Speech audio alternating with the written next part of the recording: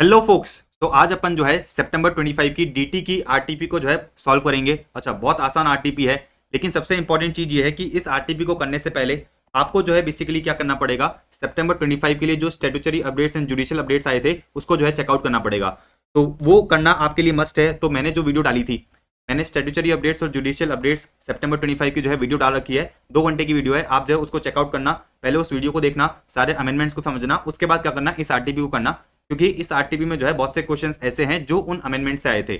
अच्छा, तो अपन जो है इस आरटीपी को चालू करते हैं। अगर आपने टेलीग्राम चैनल ज्वाइन नहीं कर रखा तो टेलीग्राम चैनल को ज्वाइन कर सकते हो, लिंक डिस्क्रिप्शन में है। और अगर आपको सितंबर 25 की मॉक टेस्ट सीरीज चाहिए तो बेसिकली वेबसाइट पे जाके आप क्या कर सकते हो, मॉक टेस्ट सीरीज को एनरोल कर सकते हो। आ जाओ, देखो एमसीक्यूज को अपन लास्ट में करेंगे। सबसे पहले आ जाते हैं अपन डिस्क्रिप्टिव क्वेश्चंस पे। सबसे पहला क्वेश्चन है अपना क्वेश्चन नंबर 14, ठीक है ना। यहाँ पर अपने को क्या करना है, टोटल इनकम कैलकुलेट करनी है। देखो क्या कह रहा है, इन लोगों ने कहा कि the net profit of Rainbow limited as per its PNL account for the year ended 31st of March 2025 amounted to 27,22,000 after debiting and crediting the following items. तो मुझे नेट प्रॉफिट कितना दे रखा है, 27,22,000। देखो ये रहा, आपको जो है नेट प्रॉफिट बता रखा है 27,22,000। अच्छा, अपन को क्या करना है, अपन को जो है बेसिकली टोटल इनकम निकालनी है। देखो ये रहा, ये लोगों ने कहा कि भाई compute the total income of the company. Company की अपन को जो है क्या करना है, टोटल इनकम निकालनी है। So compute the total income of the company for the previous 24-25 ignoring the provisions of MAT. अच्छा, कंपनी ने जो है कोई भी कंसेशनल टैक्स रिजीम नहीं ले रखी। आ जाओ एक एक एडजस्टमेंट करके चलते हैं अपन। सबसे पहला इन लोगों ने कहा कि भाई payment of interest on money borrowed from bank for the purchase of land 2 lakh, ठीक है ना। The land was meant for construction of factory building for which the approval from the local authority is pending till 31st of March 2025। तो इन लोगों ने क्या कहा कि भाई आपने क्या करा है, इंटरेस्ट का पेमेंट करा है। आपने जो है क्या करा है, इंटरेस्ट का पेमेंट करा है। अच्छा, आपने जो है कितना इंटरेस्ट का पेमेंट करा है, 2 लाख के इंटरेस्ट का आपने पेमेंट करा है। अच्छा, आपने जो है 2 लाख का इंटरेस्ट का पेमेंट करा है। आपने जो लोन लिया था वो किसके लिए लिया था, for the purchase of land, मतलब बेसिकली कैपिटल एसेट को परचेज करने के लिए लिया था। अच्छा, इन लोगों ने कहा कि the land was meant for construction of factory building. इस पर अपन क्या करेंगे, फैक्ट्री बिल्डिंग बनाएंगे। अच्छा, अप्रूवल अभी भी पेंडिंग है। अप्रूवल क्या है, अभी भी पेंडिंग है। तो सीधी सी बात ये है, आपको पता है कि जब भी आप कोई क्या करते हो, लोन लेते हो for the purchase of capital asset, for the purchase of capital asset, तो अपन क्या करते हैं, पुट टू यूज तक का जो भी इंटरेस्ट है उसको कैपिटलाइज करते हैं। तो ये वाला जो इंटरेस्ट है लैंड की वैल्यू में क्या होगा, कैपिटलाइज होगा। लेकिन आपने क्या कर रखा है, पीएनएल में डेबिट कर रखा है। तो अपन क्या करेंगे, अपन जो है 2 लाख को ऐड कर देंगे। देखो ये रहा, मैंने क्या करा, ऐड करा। पीएनएल में क्या करा, ऐड करा। आपने जो है अपने प्रॉफिट को बढ़ाया। देखो interest on money borrowed for purchase of land, तो इन लोगों ने वही कहा, इन लोगों ने वही कहा कि भाई interest on borrowed capital till the asset is put to use, अपन क्या करेंगे, कैपिटलाइज करेंगे। Hence interest on money borrowed is not allowable, ये खर्चा आपको अलाउ नहीं करा जाता, आपको कैपिटलाइज करना पड़ता है। अच्छा, अपन को कैपिटलाइज करना पड़ता है, इसलिए अपन ने क्या करा, इसलिए अपन ने जो है इसको एड बैक कर दिया। डन है, कोई दिक्कत नहीं है, पहला पॉइंट हो गया। अच्छा, आगे बढ़ते हैं। इन लोगों ने कहा कि travelling expenses of 90,000 on a foreign tour of a director for negotiation, ठीक है ना, for negotiation of a collaboration with a foreign manufacturer for initiation of new line of business. तो बेसिकली इन लोगों ने क्या कहा, इन लोगों ने ये कहा कि भाई आपके जो डायरेक्टर हैं उन्होंने क्या करा है, फॉरेन में ट्रेवल करने पे कोई खर्चा करा है, 90,000 का करा है। अच्छा, ये जो फॉरेन ट्रेवल था, ये जो फॉरेन ट्रेवल था वो एक नए बिजनेस के लिए था, न्यू लाइन ऑफ बिजनेस के लिए था। तो इसको जो है कैपिटल एक्सपेंडिचर माना जाता है, ये अलाउ नहीं करा जाएगा। तो इसको अपन क्या करेंगे, ऐड कर देंगे। इसको जो है अपन क्या करेंगे, ऐड बैक कर देंगे। आपने क्या कर रखा है, आपने जो है डेबिट कर रखा है। देखो ये रहा, ट्रेवलिंग एक्सपेंसेस क्या हो गए, ट्रेवलिंग एक्सपेंसेस अपन ने क्या करें, 90,000 ऐड कर दिए। अच्छा, अगर यही यही जो फॉरेन ट्रेवल का खर्चा है, यही जो फॉरेन ट्रेवल का खर्चा है, अगर एग्जिस्टिंग बिजनेस के लिए होता, नए बिजनेस के लिए नहीं होता, तो बेसिकली आपको जो है खर्चा अलाउ कर दिया जाता। बात समझ में आई। देखो नेक्स्ट पॉइंट पे आते हैं। नेक्स्ट पॉइंट क्या कह रहा है कि भाई as a part of restructuring of its debt the company has converted the arrears of interest of 3 lakh on the term loan into a new term loan with a revised repayment schedule. अच्छा, the company has paid 50,000 towards such interest during the year. अच्छा, इस 3 लाख को अपन ने क्या कर दिया है, 3 लाख को अपन ने डेबिट कर दिया है। मेरी बात सुनो, 43B में अगर आप एक्चुअल में इंटरेस्ट पे करते हो तो ये आपको जो है खर्चा अलाउ करा जाता है। आपका 3 लाख का इंटरेस्ट था जो अरियर्स में है, उसको आपने क्या करा, नए लोन में कन्वर्ट कराया। अच्छा, और आपने पेमेंट कितना करा है, सिर्फ 50,000 का पेमेंट करा है। अच्छा, ये लोग कहना चाह रहे हैं कि भाई 3 लाख आपने क्या करा है, पीएनएल में डेबिट कर दिया है। 3 लाख क्या करा है, पीएनएल में डेबिट कर दिया है। पीएनएल में जो है आपने खर्चा बुक कर लिया है, खर्चा अलाउ नहीं होगा क्योंकि आपने पे नहीं करा था। तो 3 लाख को अपन क्या करेंगे, एड बैक करेंगे। अच्छा, क्योंकि आपने क्या करा है, ये जो आपका अरियर्स ऑफ इंटरेस्ट था इसको न्यू लोन में कन्वर्ट करा के 50,000 का पेमेंट कर दिया है, तो 50,000 का खर्चा आपका जो है एक्चुअल बेसिस पर अलाउ कर दिया जाएगा। तो 3 लाख ऐड होगा, 50,000 लेस होगा, तो अल्टीमेटली अपन क्या करेंगे, 2,50,000 को ऐड कर देंगे। लॉजिकली बात समझ में आई। तो जब आप क्या करते हो, अरियर्स ऑफ इंटरेस्ट को न्यू लोन में कन्वर्ट कराते हो, तो जो आप क्या करते हो, नए लोन का एक्चुअल में रिपेमेंट करते हो, वही आपको अलाउ करा जाता है।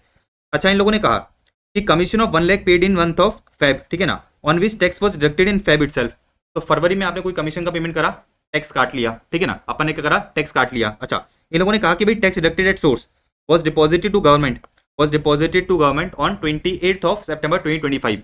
तो आपने क्या करा, फेब में टीडीएस काटा और क्या करा, फेब में टीडीएस काट के जो है ड्यू डेट तक जमा करा दिया। जो आपका आरओआई का ड्यू डेट है उधर तक क्या करा, जमा करा दिया, तो कोई दिक्कत ही नहीं है इधर तक तो। अच्छा, अब नेक्स्ट बात करते हैं। इन लोगों ने कहा कि भाई commission of 1,25,000 paid in the month of March 2025 on which tax was deducted in May 2025। तो इन लोगों ने कहा कि मार्च 2025 में आपने 1,25,000 का कमीशन पे करा है। अच्छा, उसका टीडीएस उस पर्टिकुलर ईयर में नहीं काटा। अच्छा, ये जो देखो आपने क्या करा है, 1,25,000 का कमीशन पे करा है, इसका टीडीएस मार्च में कट जाना चाहिए था, लेकिन आपने इसका टीडीएस अगले साल काटा है। तो बेसिकली अपन क्या करेंगे, अपन 30% खर्चा क्या करेंगे, डिसअलाउ कर देंगे। तो जो अपना करंट प्रीवियस चल रहा है 24-25, उसमें जो है क्या होगा, 1,25,000 का 30% खर्चा डिसअलाउ हो जाएगा। देखो ये रहा, अपन ने क्या करा, अपन ने जो है बेसिकली 1,25,000 इंटू 30% कितना होता है, 37,500, ये क्या कर दिया, डिसअलाउ कर दिया। लॉजिकली बात समझ में आई। अच्छा, अपन ने क्या करा है, अपन ने बेसिकली मार्च 25 में 1,25,000 का कमीशन का पेमेंट करा, लेकिन टीडीएस नहीं काटा। टीडीएस कब काटा है, अगले साल। टीडीएस जो है अपन ने अगले साल काट के जमा कराया है। तो देखो ना, आपने मई 25 में काटा और आपने क्या करा, सितंबर 25 में जमा कराया।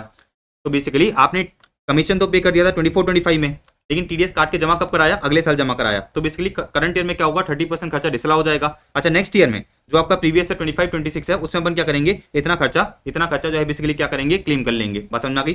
तो अभी तो क्या होगा, इस पर्टिकुलर ईयर में 30% खर्चा आपका डिसअलाउ कर दिया जाएगा। ठीक है, डन है, कोई दिक्कत नहीं है ना। अच्छा, अब आगे बढ़ते हैं। इन लोगों ने कहा कि भाई on EPABX and mobile phones exclusively used for the business purpose purchase during the year, depreciation amounting to 18 lakh was claimed at 40%, treating them as computers. तो आपने क्या कर लिया, आपने जो है बेसिकली 18 लाख का डेप्रिसिएशन ले लिया। तो जो आपके मोबाइल फोन होते हैं और ईपीबीएक्स होता है, इस पे जो है 40% आपको डेप्रिसिएशन नहीं मिलता। ये मैंने आपको समझाया भी था पीजीबी के साथ। अच्छा, इस पे आपको जो है कितना डेप्रिसिएशन मिलता है, सिर्फ और सिर्फ 50% डेप्रिसिएशन आपको अलाउ करा जाता है। तो सुनो, ये जो आपका 18 लाख है, ये जो आपका 18 लाख है 40% के बराबर है। तो मैंने करा 18 लाख डिवाइड बाय 40% इंटू मैंने करा 15%। तो अलाउ कितना हो रहा है, 15% हो रहा है। तो देखो करो कितना आ रहा है, ये आपने करा 18 लाख डिवाइड बाय 40%, ठीक है ना, इंटू करा आपने 15%। तो बेसिकली आपका जो डेप्रिसिएशन है वो अलाउ कितना होना चाहिए था, 6.75 लाख का जो है आपका डेप्रिसिएशन अलाउ होना चाहिए था। बात समझ में आई। तो आपका डेप्रिसिएशन अलाउेबल है 6.75 लाख और आपने एक्चुअल में क्लेम कितना कर रखा है, 18 लाख का रखा है। तो बेसिकली अपन क्या करेंगे, डिफरेंशियल अमाउंट का रिवर्सल कर देंगे। तो मैंने करा 18 माइनस 6.75, 18 माइनस करा मैंने 6.75, कितना हो गया ये 11.25। तो देखो ये रहा 11.25 जो है बेसिकली क्या होगा, डेप्रिसिएशन आपका एड बैक कर दिया जाएगा। कोई दिक्कत नहीं है ना, बेसिक मैथ है। तो आपने डेप्रिसिएशन 40% ले रखा है, जबकि एक्चुअल में मिलना चाहिए था 15% पे। तो जो आपका बेसिकली जो आपका डिफरेंशियल अमाउंट है वो क्या कर दिया जाएगा, एड बैक कर दिया जाएगा। तो डेप्रिसिएशन मिलना चाहिए आपको 15% पे, लेकिन आपने ले रखा है 40% पे। तो अपन ने क्या करा, डिफरेंशियल डेप्रिसिएशन को एड बैक कर दिया। आगे देखते हैं। इन लोगों ने कहा कि भाई 5 lakh being the construction to S limited, 5 lakh being contribution to S limited, ठीक है ना। अच्छा, एस लिमिटेड क्या है, अपनी होली ओन सब्सिडी कंपनी है, for the construction of school for the benefit of its employees. तो बेसिकली क्या है, एक तरह का एम्प्लॉय बेनिफिट एक्सपेंडिचर है, आपका अलाउ कर दिया जाएगा। देखो ये रहा contribution to S limited wholly own subsidy company. तो इन लोगों ने कहा भाई contribution to wholly own subsidy company for the construction of school for the benefit of employees is allowable under section 37, कोई दिक्कत नहीं है। तो ये आपका जो है बेसिकली एक्सपेंडिचर अलाउड है, आपको एडबैक करने की जरूरत नहीं है। आगे बढ़ते हैं। आगे इन लोगों ने कहा कि भाई आपने प्रोविजन बना रखा है ग्रेचुटी का 6 लाख का, लेकिन एक्चुअल में बेसिकली आपने ग्रेचुटी कितने की पे करी है, 1,50,000 की पे करी है। तो आपको अलाउ कितना करा जाएगा, आपको जो है बेसिकली 1,50,000 अलाउ करा जाएगा। तो आपने पीएनएल में डेबिट कर रखा है 6 लाख, आपने जो है पीएनएल में डेबिट कर रखा है 6 लाख, लेकिन एक्चुअल में डेबिट करना चाहिए था कितना, 1,50,000। तो जो आपका डिफरेंशियल अमाउंट है 4,50,000 वो क्या कर दिया जाएगा, एड बैक कर दिया जाएगा। तो आपको पता है कि भाई provision for depreciation, sorry provision for gratuity आपका अलाउ नहीं करा जाता। एक्चुअल जो आप ग्रेचुटी पे करते हो वो आपका अलाउ है, ठीक है, डन है। अच्छा, इन लोगों ने कहा कि dividend received from P limited on 10,000 equity shares of 10 each purchase at 100 per share on 10 अक्टूबर 2017। तो बेसिकली आपने पी लिमिटेड के शेयर्स, पी लिमिटेड के 10,000 शेयर्स कब परचेज करें, 10 अक्टूबर 2017 को परचेज करें, और बेसिकली कॉस्ट क्या है, 100 पर शेयर है। अच्छा, फेस वैल्यू क्या है इन शेयर्स की, 10 रुपीज ईच। अच्छा, इन लोगों ने कहा कि the rate of dividend is 100%, आपको जो है बेसिकली 100% का क्या मिला है, 100% का डिविडेंड मिला है।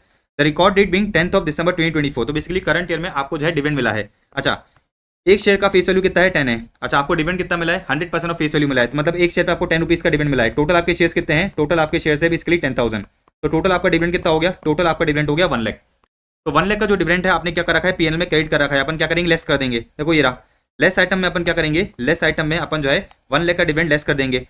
तो बेसिकली मैंने क्या करा, पीजीपी की इनकम में से 1 लाख हटाया और कहाँ डालूंगा मैं, आईएफओएस की इनकम में डाल दोगे, इनकम फ्रॉम अदर सोर्सेज की इनकम में आपने क्या करा, 1 लाख डाल दिया, डन। आगे बढ़ते हैं। तो इन लोगों ने कहा कि भाई ये शेयर्स आपने क्या करे थे, 10 अक्टूबर 2017 को 100 रुपीज पर शेयर पे परचेस करे थे। अच्छा, these shares were sold on 15th of March 2025 at 130 per share. अच्छा, इन लोगों ने कहा कि भाई long term capital gain of 3 lakh, is credited to the P&L account. तो बेसिकली सीधी सी बात है, ये तो कैबियंस की इनकम है। तो 3 लाख का जो आपका प्रॉफिट है, 3 लाख का जो प्रॉफिट है वो अपन क्या करेंगे, वो जो है बेसिकली पीजीपी इनकम से लेस कर देंगे। तो मैंने क्या करा, इधर से लेस कर दिया। अच्छा, कैबियंस की इनकम निकालूंगा मैं। आप जो है क्या करोगे, कैबियंस की इनकम निकालोगे। देखो मुझे इन लोगों ने बता रखा है कि भाई आपका सेल प्राइस कितना है। अगर अपन देखें तो आपका जो सेल प्राइस है वो कितना है, 130 है। आपका सेल प्राइस कितना है, 130 है।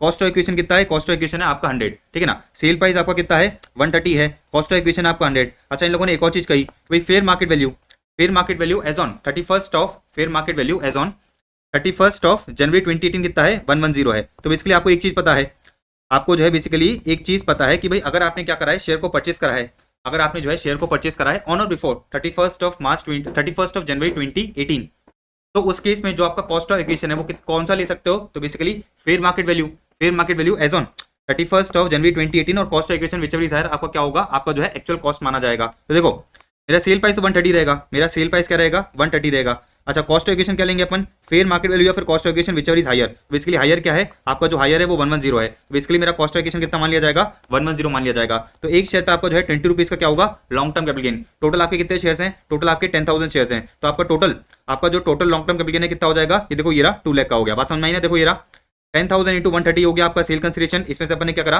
कॉस्ट ऑफ एक्विजिशन को लेस करा। कॉस्ट ऑफ एक्विजिशन अपन क्या लेंगे, हायर ऑफ एक्चुअल कॉस्ट और फेयर मार्केट वैल्यू, ठीक है ना, एक्चुअल कॉस्ट और फेयर मार्केट वैल्यू। तो बेसिकली आपको जो कॉस्ट ऑफ एक्विजिशन कितना हो जाएगा, 11 लाख। तो आपको जो है लॉन्ग टर्म कैपिटल गेन कितना निकल के आ जाएगा, 2 लाख का निकल के आ जाएगा। कोई दिक्कत नहीं है ना, 112 है आपने पढ़ रखा है, 112 है आपने पढ़ रखा है, बहुत अच्छी तरह मैंने आपको समझाया था। अच्छा, ये सारे पॉइंट्स हो गए। अब आगे बढ़ते हैं, अदर इन्फॉर्मेशन पे आ जाते हैं। इन लोगों ने कहा कि the provision for bonus for the year 23-24 paid on 15th of November 2024 98,000। अच्छा, इन लोगों ने कहा कि भाई 23-24 में आपने क्या करा था, प्रोविजन बनाया था। 23-24 में आपने क्या करा था, प्रोविजन बनाया था बोनस का, मतलब पिछले साल। अपना कौन सा प्रीवियस चल रहा है, अपना प्रीवियस चल रहा है 24-25, राइट। ये लोग कह रहे हैं कि भाई प्रीवियस ईयर 23-24 में आपने कोई क्या करा था, बोनस का प्रोविजन बनाया था, आपने कोई बोनस का प्रोविजन बनाया था। अच्छा, 98,000 का आपने पेमेंट कब करा है, 98,000 का पेमेंट आपने करंट ईयर में करा है, और कब करा है, 15th ऑफ नवंबर 2024 में करा है। अच्छा, कितना पेमेंट करा है आपने, 98,000 का पेमेंट करा है। मेरी बात सुनो, 98,000 का जब आपने 23-24 में बोनस बनाया था, प्रोविजन बनाया था, तो वो आपको अलाउ नहीं करा गया होगा। क्यों अलाउ नहीं करा गया होगा, क्योंकि 43 भी ये बोलता है कि भाई आरओआई की ड्यू डेट तक आपको जमा कराना है। आपने क्या करा है, आपने जो है 23-24 की आरओआई की ड्यू डेट के बाद जमा कराया है। आपने देखो ना कब जमा कराया है, आपने जमा कराया है 15th ऑफ नवंबर 2024 तक जमा कराया है। आपको जमा कब तक कराना चाहिए था, आपको जो है बेसिकली 23-24 की आरओआई की डेट तक जमा कराना चाहिए था। और आरओआई की डेट क्या होती है, 31st ऑफ अक्टूबर 24 होती है। तो सीधी सी बात है कि भाई 98,000 प्रीवियस ईयर में तो डिसला हो गया होगा, प्रीवियस ईयर में तो क्या हो गया होगा, डिसला हो गया होगा, क्योंकि मैंने करंट ईयर में पे करा है, मतलब अपन ने 24-25 में पे करा है ये बोनस, तो अपन को जो है 24-25 में इसका डिडक्शन मिल जाना चाहिए। लेकिन लोगों ने कहा कि भाई 98,000 में से 34,000 का जो आपने बोनस पे करा है वो बियरर चेक के थ्रू पे करा है। तो आपको पता है कि भाई 40A3 में ये क्या हो जाएगा, खर्चा डिसलाउ कर दिया जाएगा। तो 98 - 34 का आपको जो है क्या मिल जाएगा, डिडक्शन मिल जाएगा। देखो ये रहा 98 - 34 बोले तो 64,000 का आपको क्या मिल गया, डिडक्शन मिल गया। देखो पढ़ लो, इन लोगों ने कहा provision for bonus for the previous year 23-24 हमने क्या करा होगा, उस साल में डिसलाउ कर दिया गया होगा। तो हमने जो है उस साल में 43 में डिसलाउ कर दिया for non payment by due date of filing the return of income for the previous year 23-24। अच्छा देखो क्या दे रखा है, द पेमेंट ऑफ बोनस, हमने क्या करा है, तो बोनस का पेमेंट करा है after the said due date is allowed in the year of actual payment. जिस साल आप पे करते हो उस साल आपको जो है खर्चा अलाउ कर दिया जाएगा। तो 98,000 करंट में आपको अलाउ कर दिया जाएगा। लेकिन क्योंकि 98,000 में से आपने 34,000 का जो बोनस है वो क्या करा है, आपने बियरर चेक मतलब कैश में पे करा है एक तरह से, तो बेसिकली आपको जो है 34,000 का डिडक्शन नहीं मिलेगा। तो 98 - 34 का आपको जो है क्या दे दिया जाएगा, डिडक्शन दे दिया जाएगा। डन। अब लास्ट पॉइंट अपना बचता है डेप्रिसिएशन का। लास्ट पॉइंट अपना बचता है किसका, डेप्रिसिएशन का। देखो ये रहा डेप्रिसिएशन है ये, बिल्कुल डेप्रिसिएशन का। देखो क्या बोल रहा है ये, इन लोगों ने कहा कि the company has purchase and put to use a commercial vehicle of 8 lakh for the purpose of business on 21st of March 2025, ठीक है ना। तो बेसिकली करंट ईयर में आपने क्या करा है, एक कमर्शियल व्हीकल परचेज करा, उस पर आप क्या कर रहे हो, उस पर जो है बेसिकली आप डेप्रिसिएशन लोगे, सीधी सी बात है। तो लोगों ने कहा कि भाई 8 लाख का आपने क्या करा है, कमर्शियल व्हीकल परचेज करा है। कब परचेज करा है, 21st ऑफ मार्च 2025 को परचेज करा है। अच्छा, इन लोगों ने कहा कि भाई इस पर आपने डेप्रिसिएशन पूरे साल का ले लिया है। भाई सीधी सी बात है, करंट में अगर कोई एसेट जो है 180 डेज से कम यूज करते हो तो आपको जो है बेसिकली 50% डेप्रिसिएशन मिलता है। अब इन लोगों ने कहा कि depreciation debited to the statement of PNL account is calculated on all other asset as per the rate prescribed. तो देखो सीधी सी बात यह है कि भाई इस 8 लाख पे आपने क्या करा है, 15% का डेप्रिसिएशन ले लिया है, जबकि इस 8 लाख पे 7.5% का डेप्रिसिएशन आपको मिलना चाहिए था। तो सीधी सी बात यह है भाई 8 लाख का 7.5% डेप्रिसिएशन क्या कर दिया जाएगा, एड बैक कर दिया जाएगा। देखो 8 लाख का मैंने करा 7.5%, कितना आता है ये आ गया आपका 60,000। तो 60,000 का जो आपका डेप्रिसिएशन है वो देखो ये रहा, एड बैक हो गया, ये अपन ने क्या करा, ऐड कर दिया, तो अपने सारे एडजस्टमेंट्स हो गए। आप देख सकते हो कि भाई अपने जो है सारे एडजस्टमेंट्स कर लिए, सारे एडजस्टमेंट्स अपन ने कर लिए, तो आपकी जो है टोटल इनकम कितनी निकल के आ जाएगी, ये आपकी टोटल इनकम निकल के आ जाएगी 47,70,500 की। वेरी इजी, कोई दिक्कत नहीं है, बहुत आसान क्वेश्चन था। तो ये हो गया अपना क्वेश्चन नंबर 14। अब चलते हैं अपन नेक्स्ट क्वेश्चन पे, आ जाओ क्वेश्चन नंबर 15 पे। देखो क्वेश्चन नंबर 15 क्या कह रहा है। इन लोगों ने कहा कि भाई एक चैरिटेबल इंस्टीट्यूशन है, शांति foundation, a charitable institution registered under section 12AB is engaged in the preservation of forest. The accountant of the institution provides the following details of the institution to you as a chartered accountant. इन लोगों ने कहा कि examine and discuss the treatment of each of the independent situation. देखो इन लोगों ने कहा कि भाई ये इंडिपेंडेंट सिचुएशन है, आपको जो है एज अ सी बताना है कि भाई क्या क्या इंप्लीकेशंस होंगे। तो इन लोगों ने कहा कि जो आपका चैरिटेबल इंस्टीट्यूशन है, ठीक है ना, जो आपका चैरिटेबल इंस्टीट्यूशन है, तो the institution follows mercantile system of accounting. अपन क्या करते हैं, accrual basis of accounting follow करते हैं। And during the previous 24-25 has incurred electricity expenses amounting to 1,20,000 for the period to the year 24-25। तो पूरे साल में आपने 1,20,000 का क्या करा है, इलेक्ट्रिसिटी एक्सपेंसेस करे हैं। अच्छा, इन लोगों ने कहा कि the electricity expenses was actually paid on 15 अप्रैल 2025। मतलब बेसिकली आपने क्या करा, ईयर एंड के बाद पेमेंट करा। तो आपको पता है कि भाई जो आपका ट्रस्ट होता है, जो आपका चैरिटेबल इंस्टीट्यूशन होता है, एक्चुअल पेमेंट बेसिस पे खर्चा अलाउ करा जाता है, एक्चुअल पेमेंट बेसिस पे क्या करा जाता है, खर्चा अलाउ करा जाता है। क्योंकि 1,25,000 का आपने जो है बेसिकली इलेक्ट्रिसिटी का खर्चा करा था 24-25 में, लेकिन 24-25 में पे नहीं करा, तो 24-25 में जो है इसको एप्लीकेशन ऑफ इनकम नहीं मान सकते। इन लोगों ने कहा कि भाई कौन से साल में जो है इसको एप्लीकेशन ऑफ इनकम माना जाएगा। तो देखो सीधी सी बात यह है कि भाई जिस साल आपने पेमेंट करा है, आपने पेमेंट कब करा है, आपने पेमेंट करा है प्रीवियस ईयर 25-26 में, तो 25-26 में इसको जो है आप क्या कर सकते हो, एप्लीकेशन ऑफ इनकम मान सकते हो। देखो इन लोगों ने वही चीज कही, भाई 25-26 में आपने एक्चुअल पेमेंट करा है, तो 25-26 में ही जो है ये खर्चा अलाउ करा जाएगा। ठीक है, बात समझ आ गई। तो आगे बता देना, इन लोगों ने वही चीज बताई है कि भाई as per explanation to section 11 any sum payable by any trust और institution shall be treated as application of income only in the previous year. जिस साल आपने क्या करा है उसको एक्चुअल में पे करा है। डन है। अच्छा, ये वाला पॉइंट हो गया। नेक्स्ट पॉइंट पे बढ़ते हैं। इन लोगों ने कहा कि the foundation was cultivating 15 acres of agriculture land from the agriculture operations, it earn 10 lakh during the previous year 24-25। क्या आप उनको जो है 10(1) का एग्जाम्पशन मिलेगा? बिल्कुल मिलेगा। मैंने आपको जो है ट्रस्ट वाले चैप्टर में बहुत अच्छी तरह समझाया था कि जो आपका चैरिटेबल इंस्टीट्यूशन होता है, जो ट्रस्ट होता है, उसको जो है एग्रीकल्चर इनकम मतलब बेसिकली सेक्शन 10(1) का जो है क्या मिल जाता है, एग्जाम्पशन दे दिया जाता है। देखो इन लोगों ने वही चीज कही, कि बिल्कुल अकॉर्डिंगली एग्रीकल्चर इनकम जो है क्या मान ली जाएगी, एग्जाम मान ली जाएगी। तो देखो क्या दे रखा है भाई, वेयर अ ट्रस्ट और institution has been granted registration for the purpose of availing exemption under 12AB, such trust और institution can not claim any exemption under the provision of section 10 except agriculture income. तो section 10 का आपको जो है कोई भी exemption नहीं मिलता एक्सेप्ट एग्रीकल्चर इनकम का जो है आपको एग्जाम्पशन दे दिया जाता है। ये सारी चीजें मैंने आपको टैक्सेशन ऑफ ट्रस्ट वाले चैप्टर में बहुत अच्छी तरह समझाई थी। डन है। नेक्स्ट पॉइंट पे आ जाते हैं। देखो इन लोगों ने क्या कहा कि Shanti foundation has earned rental income for the previous year 24-25 amounting to 4 lakh. तो प्रीवियस ईयर 24-25 में आपकी 4 लाख की रेंटल इनकम है, लेकिन it receive 3 lakh up to 31st of December 2024 out of such income. तो बेसिकली 4 लाख में से 4 लाख में से सिर्फ 3 लाख मिली है। However the balance was received on 31st of अगस्त 2025। मतलब बेसिकली अपन को जो है प्रीवियस ईयर 25-26 में 1 लाख मिला है। मेरी बात सुनो, जो आपकी 4 लाख की इनकम है वो तो 24-25 की है, लेकिन 24-25 में आपको जो है सिर्फ 3 लाख मिली। अच्छा, बाकी जो 1 लाख है वो अगले साल मिली। अब इन लोगों ने कहा कि भाई up to what period the institution can apply the same amount towards the object of the institution has exercise the relevant option. तो आपको एक चीज पता है कि अगर कोई इनकम है जो करंट में आपको मिली ही नहीं है, तो बेसिकली आप क्या कर सकते हो, एओ को एक फॉर्म सबमिट कर सकते हो और उसको ये कह सकते हो कि देखो, तो आप एओ को एक फॉर्म सबमिट कर सकते हो और एओ को ये कह सकते हो कि देखो 1 लाख की इनकम मुझे करंट में मिली नहीं है, इसकी वजह से मैं करंट ईयर में खर्चा नहीं कर पाया, एप्लीकेशन ऑफ इनकम नहीं कर पाया।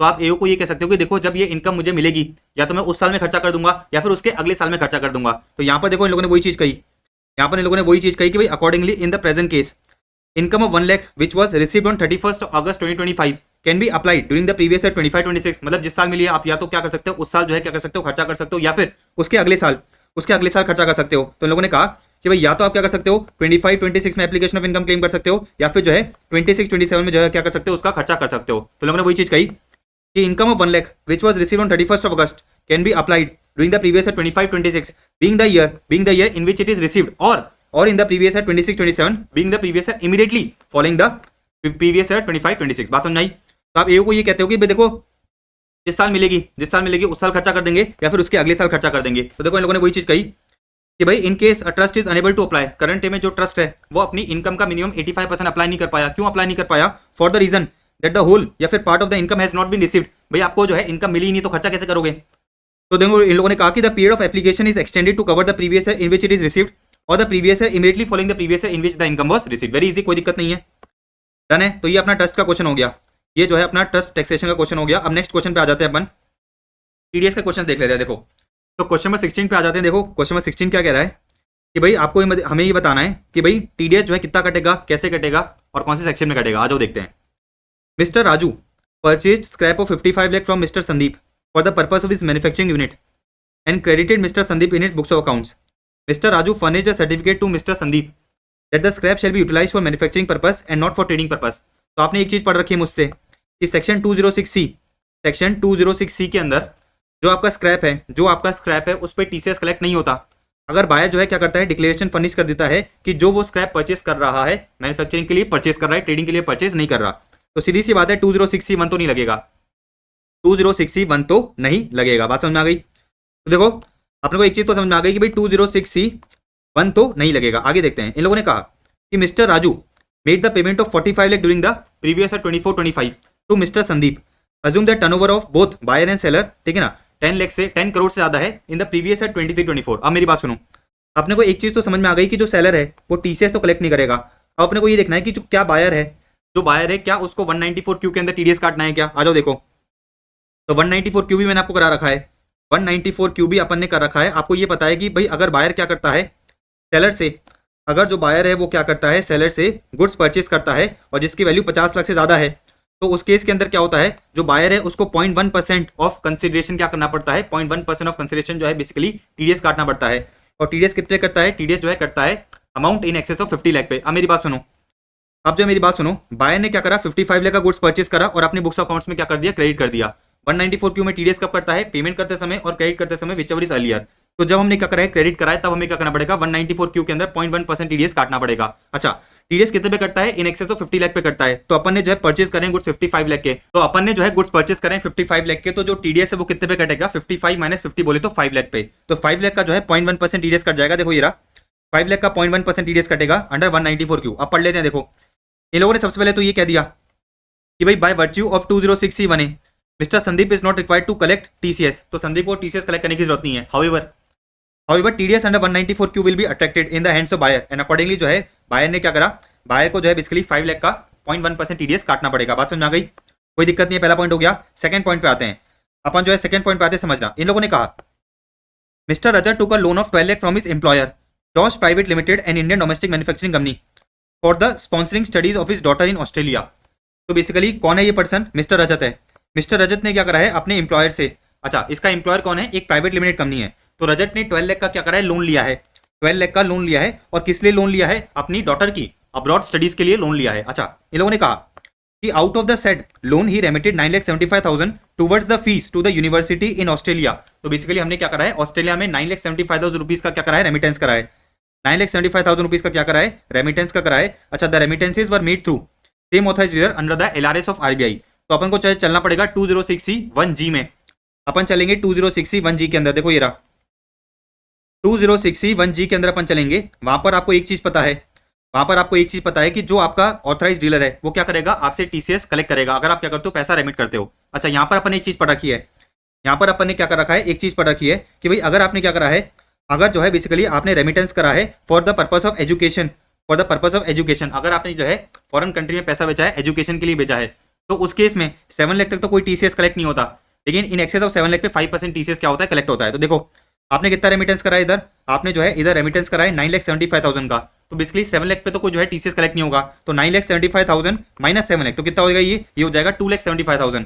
तो 2,75,000 का जो है बेसिकली 5% क्या होगा, टीसीएस कलेक्ट होगा। देखो ये रहा, ये अपना आ गया आंसर। 2,75,000 पे क्या होगा, 5% टीसीएस कलेक्ट होगा। तो बेसिकली आपका टीसीएस का अमाउंट कितना आ जाएगा, 13,750। मेरी बात सुनो, मेरी बात बड़े ध्यान से समझना। अच्छा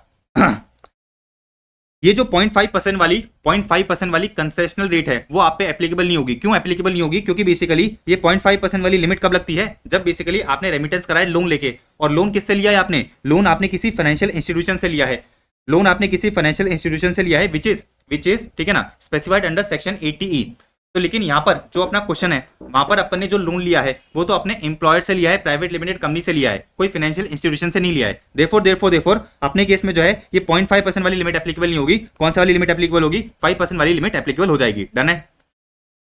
तो अपना क्वेश्चन हो गया, ये अपना जो है ये वाला क्वेश्चन हो गया। तो वही आपने प्रोविजन एक्सप्लेन करना है, वही आपने प्रोविजन एक्सप्लेन करना है और बता देना है कि भाई आपका जो है कितना टीसीएस कलेक्ट होगा। डन? तो अपना जो है क्वेश्चन नंबर 16 हो गया।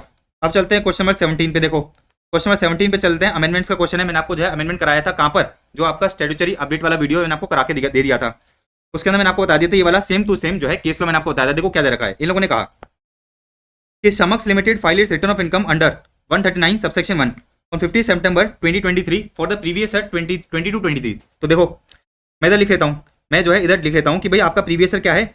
आपका प्रीवियस ईयर है 22-23। अच्छा, आपने आरओई कब फाइल करी है इसकी? आपने इसकी आरओई फाइल करी है 15 सितंबर 2023 को। बस समझ आ गई? आगे बढ़ते हैं। इन लोगों ने कहा कि the return was found to be defective and intimation was issued on 10 May 2024 directing the SSC to rectify the defects within 15 days.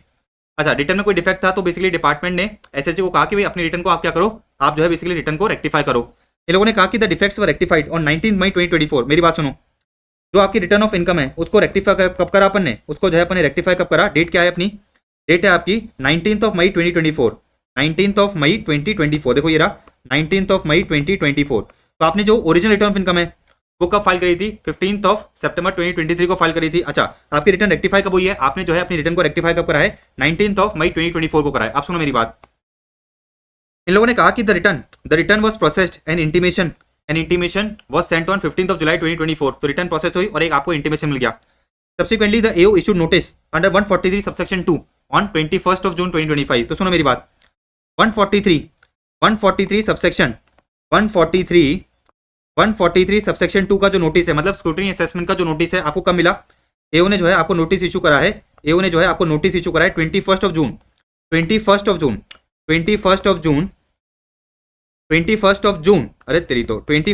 2025 को जो है क्या हुआ है? नोटिस इशू हुआ है स्क्रूटनी असेसमेंट का। अब सवाल ये आता है कि जो एओ ने ये स्क्रूटनी असेसमेंट का नोटिस इशू करा है ये वैलिड नोटिस है कि नहीं है?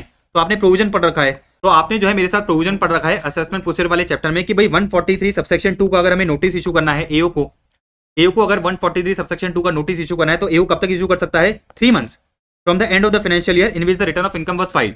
अच्छा, अब इस केस में सवाल ये आता है कि भाई अपन जो 3 मंथ्स काउंट करेंगे वो ओरिजिनल आरओआई की डेट से काउंट करेंगे या फिर जो अपन ने जिस दिन आरओआई रेक्टिफाई करी उस दिन से काउंट करेंगे? तो मैंने केस लॉ आपको समझाया भी था, अपनी जो है स्टैट्यूटरी अपडेट्स वाली वीडियो में समझाया भी था कि भाई अपन क्या करते हैं, ओरिजिनल डेट से काउंट करते हैं। तो जो आपका 3 मंथ्स है, जो आपका 3 मंथ्स वाला टाइम लिमिट है वो जो है ओरिजिनल आरओआई की डेट से काउंट करा जाएगा। तो मुझे बताओ, आपने जो है आरओआई कब फाइल करी है? 15 सितंबर 2023 को। तो एंड कब होगा भाई आपका? इस प्रीवियस ईयर का एंड क्या होगा? 31 मार्च 2024। इसे अगर मैं 3 मंथ ऐड करता हूं तो बेसिकली आपका जो टाइम लिमिट है वो क्या हो जाना चाहिए?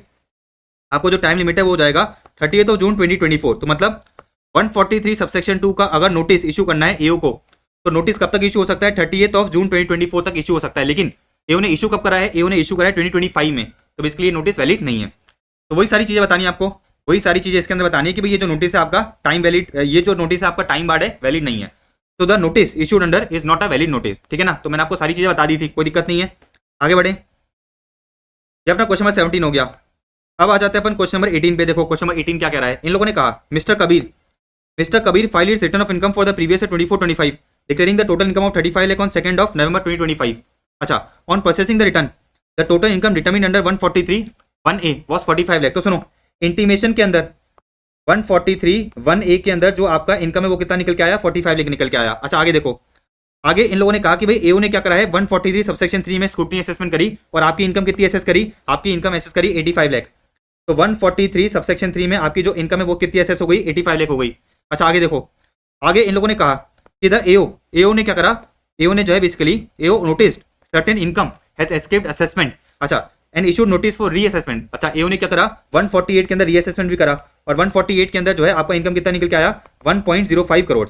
अच्छा, क्वेश्चन मुझे ये बोल रहा है, क्वेश्चन मुझे क्या बोल रहा है कि भाई considering that none of the addition और disallowances very in the assessment और reassessment as above qualifies under 270(a)(6 compute the amount of penalty leviable under 270(a)। अच्छा, इन लोगों ने कहा कि भाई आप हमें ये बताओ कि भाई अंडर रिपोर्टिंग ऑफ इनकम पे जो है आपको कितनी पेनल्टी देनी पड़ेगी। इन लोगों ने साफ साफ ये कह दिया कि भाई under reporting of income is not on account of miss reporting. तो बेसिकली जो भी आपका अंडर रिपोर्टेड इनकम पे टैक्स निकल के आता है उसका 50% आपको पेनल्टी देना पड़ेगा। तो सुनो, सबसे पहले जो स्क्रूटनी असेसमेंट में जो आपका स्क्रूटनी असेसमेंट है उसकी पेनल्टी की निकालेंगे अपन। तो अपन कैसे निकालेंगे भाई, 85 लाख टैक्स कितना बन रहा है, अच्छा 45 लाख पे टैक्स कितना बन रहा है और 85 लाख पे टैक्स कितना बन रहा है, इन दोनों का डिफरेंस देखो। आ जाओ, अपन क्या है, अपन जो है बेसिकली मिस्टर कबीर हैं, अपन क्या है मिस्टर कबीर हैं, अपन जो है बेसिकली मिस्टर कबीर हैं। आ जाओ देखो, अपन आ जाते हैं क्वेश्चन नंबर 18 पे, अपन जो है आ जाते हैं क्वेश्चन नंबर 18 में। अच्छा एक इंपॉर्टेंट चीज ध्यान रखना, एक इंपॉर्टेंट चीज आप और ध्यान रखना, इन लोगों ने कहा कि मिस्टर कबीर ने जो है क्या करा है, प्रीवियस ईयर, मिस्टर कबीर ने प्रीवियस ईयर 24-25 की रिटर्न ऑफ इनकम है, वो कब फाइल करी है, आपने फाइल करी है आपने फाइल करी है सेकेंड ऑफ नवंबर 2025 को। मतलब सीधी सी बात है, आरओआई की ड्यू डेट के बाद भाई एक इंडिविजुअल को अपनी return of income 31 July of the assessment year तक फाइल करनी पड़ती है। लेकिन इस भाई साहब ने क्या करा है, इस भाई साहब ने 2 नवंबर को फाइल करी है।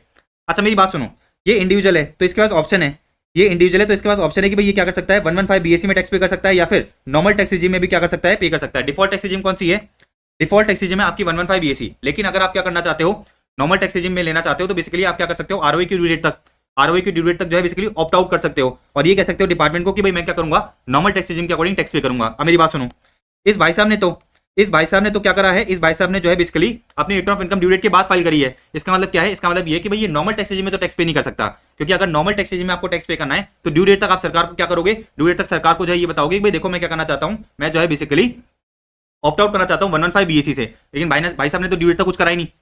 तो सीधी सी बात यह है कि भाई ये जो मिस्टर कबीर है, इसको क्या करना पड़ेगा, इसको जो है डिफॉल्ट टैक्स रिजीम में, इसको क्या करना पड़ेगा, डिफॉल्ट टैक्स रिजीम में टैक्स पे करना पड़ेगा। अच्छा डिफॉल्ट टैक्स रिजीम कौन सी है, 115 बीएससी है, कोई दिक्कत नहीं है, सारी चीज मैं आपको समझा रखी है। तो बेसिकली अगर एक एसएससी चाहता है तो वो क्या कर सकता है, डिफॉल्ट टैक्स रिजीम से ऑप्ट आउट कर सकता है। लेकिन क्योंकि इस भाई ने क्या करा है, देखो क्या रखा है, since mister Kabir has filed the return of income after the due date of filing the return of income he has to pay tax. इसको क्या करना पड़ेगा, डिफॉल्ट टैक्स रिजीम में ही टैक्स पे करना पड़ेगा, डिफॉल्ट टैक्स रिजीम में क्या करना पड़ेगा, टैक्स पे करना पड़ेगा। अब मेरी बात बड़े ध्यान समझना, अब जो है मेरी बात बड़े ध्यान समझना, इस क्वेश्चन में to the best of my knowledge ICA ने क्या कर रखा है, थोड़ा सा एरर कर रखा है। अच्छा भाई ये तो चीज अपने को समझ में आ गई कि भाई जो मिस्टर कबीर का टैक्स है वो बेसिकली डिफॉल्ट टैक्स रिजीम के अकॉर्डिंग निकलेगा, मतलब 115 बीएससी के अकॉर्डिंग निकलेगा। लेकिन जब ये आईसीए ने कैलकुलेशन करी है ना इधर, जब आईसीए ने कैलकुलेशन करी है तो ये नॉर्मल टैक्स रिजीम के अकॉर्डिंग कर दी है, ये जो है नॉर्मल टैक्स रिजीम के अकॉर्डिंग कर दी है, जो कि to the best of my knowledge गलत है, क्या है, गलत है। तो मेरी बात सुनो, मैंने आपको रीजन बता दिया, और देखो आईसीए ने भी लिख रखा है, आईसीए में लिख रखा है कि भाई डिफॉल्ट टैक्स रिजीम के अकॉर्डिंग क्या होगा, टैक्स पे होगा। लेकिन जब इधर टैक्स की कैलकुलेशन हो रही है ना, वो बेसिकली इन लोगों ने नॉर्मल स्लैब रेट से कर दी है, नॉर्मल टैक्स रिजीम में जो स्लैब रेट्स है उससे कर दी है। देखो मैं प्रूव करके बता देता हूँ, अपन चलते हैं स्लैब रेट्स पे, बेसिक कंसेप्ट में आपको स्लैब रेट्स पे चलता हूँ। तो ये तो आपके क्या है, ये तो आपके जो है बेसिकली डिफॉल्ट टैक्स रिजीम के स्लैब रेट्स हैं और ये नॉर्मल टैक्स रिजीम के क्या है, स्लैब रेट्स है। अब सुनो मेरी बात, अपने को क्या करना है, अपने को बेसिकली 85 - 45 करो तो मुझे पता चला कि भाई 40 लाख मेरी क्या है, अंडर रिपोर्टेड इनकम है। अच्छा अब अंडर रिपोर्टेड इनकम में क्या करूंगा, टैक्स निकालूंगा। तो आप क्या करोगे, 85 लाख का टैक्स निकालोगे और 45 लाख का टैक्स निकालोगे, दोनों का डिफरेंस आपका क्या होगा, अंडर रिपोर्टेड इनकम पे टैक्स। अब सुनो 85 लाख टैक्स निकालते हैं, 85 लाख पे अगर आप क्या करोगे, 85 लाख पे अगर आप 115 बीएससी के अकॉर्डिंग टैक्स निकालोगे तो इन स्लैब से निकलेगा। लेकिन आईसीए ने क्या करा है, नॉर्मल स्लैब से निकाल रखा है। अच्छा निकालते देखो कितना है, 85 लाख है अपना, कितना है 85 लाख है। अब सुनो अप टू 2.5 लाख तक तो नील होगा, ठीक है ना, 2.5 लाख से 5 लाख तक मतलब 2,50,000 पे 5% मतलब 12,500। अच्छा फिर बाकी 5 लाख पे कितना होगा, 20% विच इज 1 लाख। अच्छा और 10 लाख से ज्यादा पे कितना होगा, 10 लाख से ज्यादा पे होगा 30%। तो बेसिकली 85 - 10 लाख कितना हो गया, 75 लाख हो गया। तो 75 लाख का मेरा 30% कितना होता है, 75 लाख का 30% होता है आपका 22.5 लाख। कितना हो गया ये, 22,50,000, 22,50,000। तो टोटल कितना हो गया ये, करो टोटल टैक्स कितना हो गया, 22,50,000 प्लस करा अपने 1,12,500, कितना हो गया ये हो गया आपका 23,62,500। तो ये आपका टैक्स है। अच्छा क्योंकि मेरी इनकम 50 लाख से ज्यादा है, अप टू 1 करोड़ है, तो अपने को जो है 10% क्या करना पड़ेगा, 10% जो है सरचार्ज भी पे करना पड़ेगा। तो इसमें अपन क्या करेंगे, इसमें जो है अपन 10% सरचार्ज ऐड करेंगे और फिर अपन क्या करेंगे 4% health and education cess add करेंगे। तो plus 10% surcharge plus 4% health and education cess.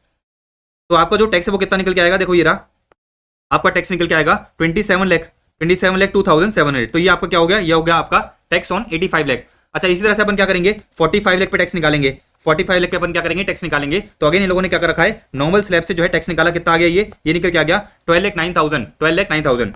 तो इन दोनों का डिफरेंस कितना निकल के आ गया 14,93,700। तो ये क्या निकल के आ गया अपना tax on under reported income. Penalty कितनी लगेगी, इसका 50%। तो बेसिकली आपकी पेनल्टी कितनी हो गई, पेनल्टी हो गई आपकी 746,850 की।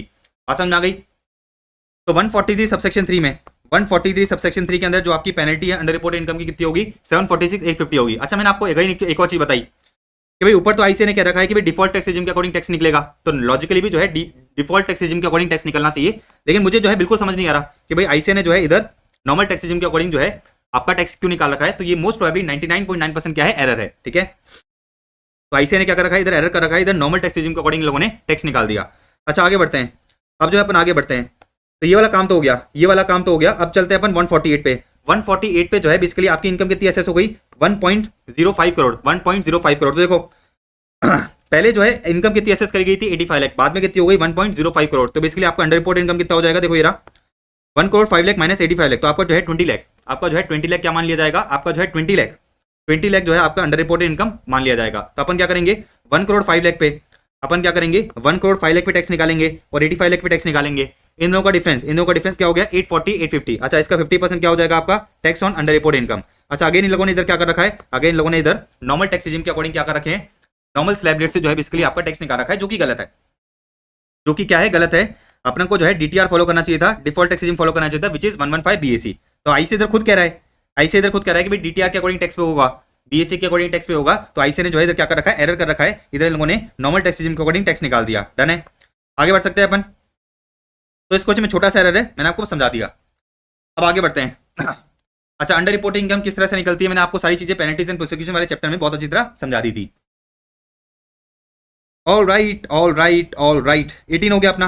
अब 2 क्वेश्चन बच रहे हैं डिस्क्रिप्टिव में, अपने सिर्फ 2 क्वेश्चन बच रहे हैं। क्वेश्चन नंबर 19 पे आ जाते हैं। देखो क्वेश्चन नंबर 19 क्या कह रहा है समझना। क्वेश्चन नंबर 19 अगेन अमेंडमेंट पे है, जो बेसिकली स्टैट्यूटरी अपडेट्स आए थे, ठीक है, उस पर जो है इन लोगों ने क्वेश्चन बना रखा है। देखो इन लोगों ने क्या कहा, इन लोगों ने कहा कि भाई एक कंपनी है डायमंड लक्स बीवी, एक फॉरेन कंपनी है, डायमंड लक्स बीवी एक फॉरेन कंपनी है, incorporated in Belgium. It is engaged in diamond mining and trading of raw diamonds. It sells raw diamonds globally.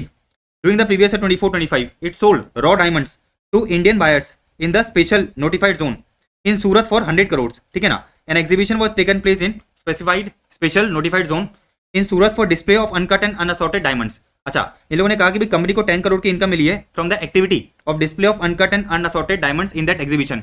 तो एनआर चैप्टर में मैंने आपको ये बताया था कि भाई अगर कोई फॉरेन कंपनी को इनकम होती है फ्रॉम डिस्प्ले, अगर कोई फॉरेन कंपनी को जो है इनकम होती है from display of uncut and unassorted diamonds, तो जो है इंडिया में टैक्सेबल नहीं होती। इसका मतलब ये है कि भाई ये जो 10 करोड़ की इनकम है इंडिया में जो है डीम टू अक्रू और राइज नहीं मानी जाएगी, मतलब ये टैक्सेबल नहीं करी जाएगी। अच्छा जब अपन स्टैट्यूटरी अमेंडमेंट्स कर रहे थे तो मैंने आपको एक चीज बताई थी, जब अपन स्टैट्यूटरी अपडेट्स कर रहे थे मैंने आपको एक चीज बताई थी कि भाई अगर कोई फॉरेन कंपनी है, अगर कोई फॉरेन कंपनी है जो क्या कर रही है, जो है बेसिकली रॉ डायमंड्स को माइनिंग करके क्या कर रही है, ट्रेडिंग कर रही है, तो उस केस में सेफ हार्बर रूल्स के अकॉर्डिंग वो क्या कर सकती है 4% जो है, जो भी उसका टर्नओवर है उसका 4% जो है अपना क्या दिखा सकती है, प्रॉफिट दिखा सकती है। तो सुनो भाई इसको जो है डायमंड्स को, रॉ डायमंड्स को बेचने पे जो है क्या हुआ है 100 करोड़ की क्या हुई है, 100 करोड़ की जो है बेसिकली ग्रॉस रिसीट्स हुई है। ठीक है ना, इन लोगों ने क्या कहा, इन लोगों ने कहा कि भाई इट सोल्ड, हमने क्या करा है 100 करोड़ का सेल्स करा है, 100 करोड़ का। तो अगर आप सेफ हार्बर रूल्स को ऑप्ट करते हो तो आपको क्या करना पड़ेगा 100 करोड़ का 4% बोले तो मिनिमम 4 करोड़ का क्या दिखाना पड़ेगा, प्रॉफिट दिखाना पड़ेगा। अच्छा अगर आपको जो है बेसिकली कंसेप्ट नहीं पता तो मेरा जो है स्टैट्यूटरी अपडेट्स वाला वीडियो जाके देख लेना, वहां पर मैंने आपको समझाया था कि भाई क्या स्टैट्यूटरी अपडेट आया है फॉरेन कंपनी के लिए। अच्छा इन लोगों ने कहा, देखो आगे इन लोगों ने कहा कि Diamond Lux BV wants to exercise the option to apply for safe harbour rules. तो बेसिकली सीधी सी बात मैंने भी आपको बताया कि भाई अगर आपको सेफ हार्बर रूल्स लेने हैं तो आपको क्या करना पड़ेगा, मिनिमम 4 करोड़ का इनकम क्या करना पड़ेगा, मिनिमम जो है 4 करोड़ का प्रॉफिट डिक्लेयर करना पड़ेगा। अच्छा इन लोगों ने कहा कि भाई it wants to declare profit of 3 crore from the trading of raw diamonds. तो हम कहेंगे कि भाई देखो अगर आपको सेफ हार्बर रूल्स लेने हैं तो आपको क्या करना पड़ेगा, मिनिमम 4 करोड़ डिक्लेयर करना पड़ेगा। लेकिन अपन तो जैसे 3 करोड़ का प्रॉफिट डिक्लेयर करना चाहते हैं, मतलब आप सेफ हार्बर रूल्स को लेने के लिए एलिजिबल नहीं हो। तो it wants to declare the profit of 3 crore from the trading of raw diamonds to Indian buyers and profit of 2 crore from the display of diamonds in notified. तो बेसिकली मैंने आपको बताया कि जो भी आपको ये इनकम होती है, फॉरेन कंपनी को इनकम होती है from display of uncut and unassorted diamonds in India, तो उसकी इनकम इंडिया में डीम टू अक्रू और राइज नहीं मानी जाती। मैंने आईएनआर टैक्सेशन में समझाया था।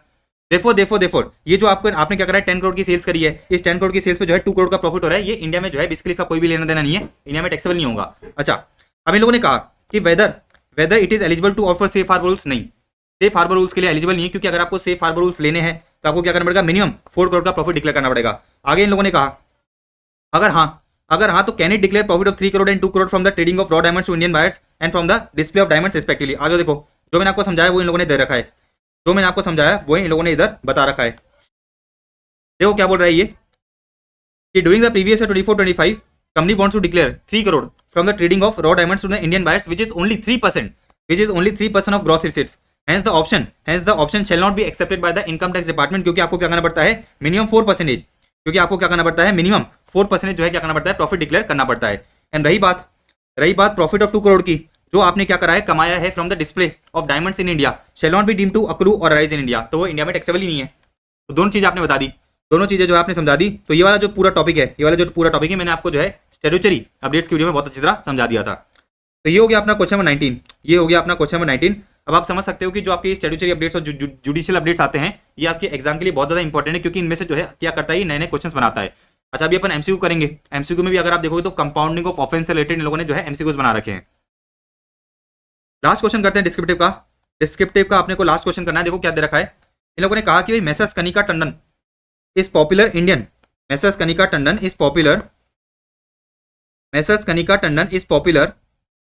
Indian pop singer. तो ये इंडिया की सिंगर है। She has business interest in country X and Y as well. तो एक्स और वाई दोनों में अपन क्या कर रहे हैं, बिजनेस कर रहे हैं। हम इंडिया के क्या है, रेसिडेंट है। तो प्रीवियस 24-25 में हम क्या है, इंडिया के रेसिडेंट है। आगे इन लोगों ने कहा कि the details of income earned by messrs Kanika Tandon from India as well as दोनों country with which India does not have DTW. तो अपने को जो है इनकम बता रखा है कि भाई अपन ने ये इनकम कमाई है तीनों कंट्री से। इन लोगों ने कहा कि भाई compute the net tax liability of Mrs Kanika for the previous 24-25 assuming that she is paying tax under default tax regime. तो आप क्या कर रहे हो, 115 बीएससी के अकॉर्डिंग टैक्स पे कर रहे हो। आ जाओ देखो, अपन जो है पूरा सॉल्यूशन निकालते हैं क्वेश्चन नंबर 20 का। देखो ये रहा क्वेश्चन नंबर 20, ये है आपका क्वेश्चन नंबर 20। देखो सबसे पहले आपने वो क्या दे रखा है, सबसे पहले आपने को ये बता रखा है कि भाई इंडिया में आपने क्या करा है, हाउस प्रॉपर्टी से इनकम कमाई है 4.3 करोड़ की। देखो ये रहा, हाउस प्रॉपर्टी की इनकम कितनी है, 4.3 करोड़ है। कंप्यूटेड है, मतलब कोई भी आपको जो है इसमें एडजस्टमेंट करने की जरूरत नहीं है। फिर इन लोगों ने कहा कि भाई इंडिया में आपका बिजनेस इनकम कितना है, सिंगिंग से आपने कमाया है 9 करोड़। फिर इन लोगों ने कहा कि भाई from being the owner of cricket team Delhi super players कितना कमाया आपने, 5.5 करोड़ कमाया है।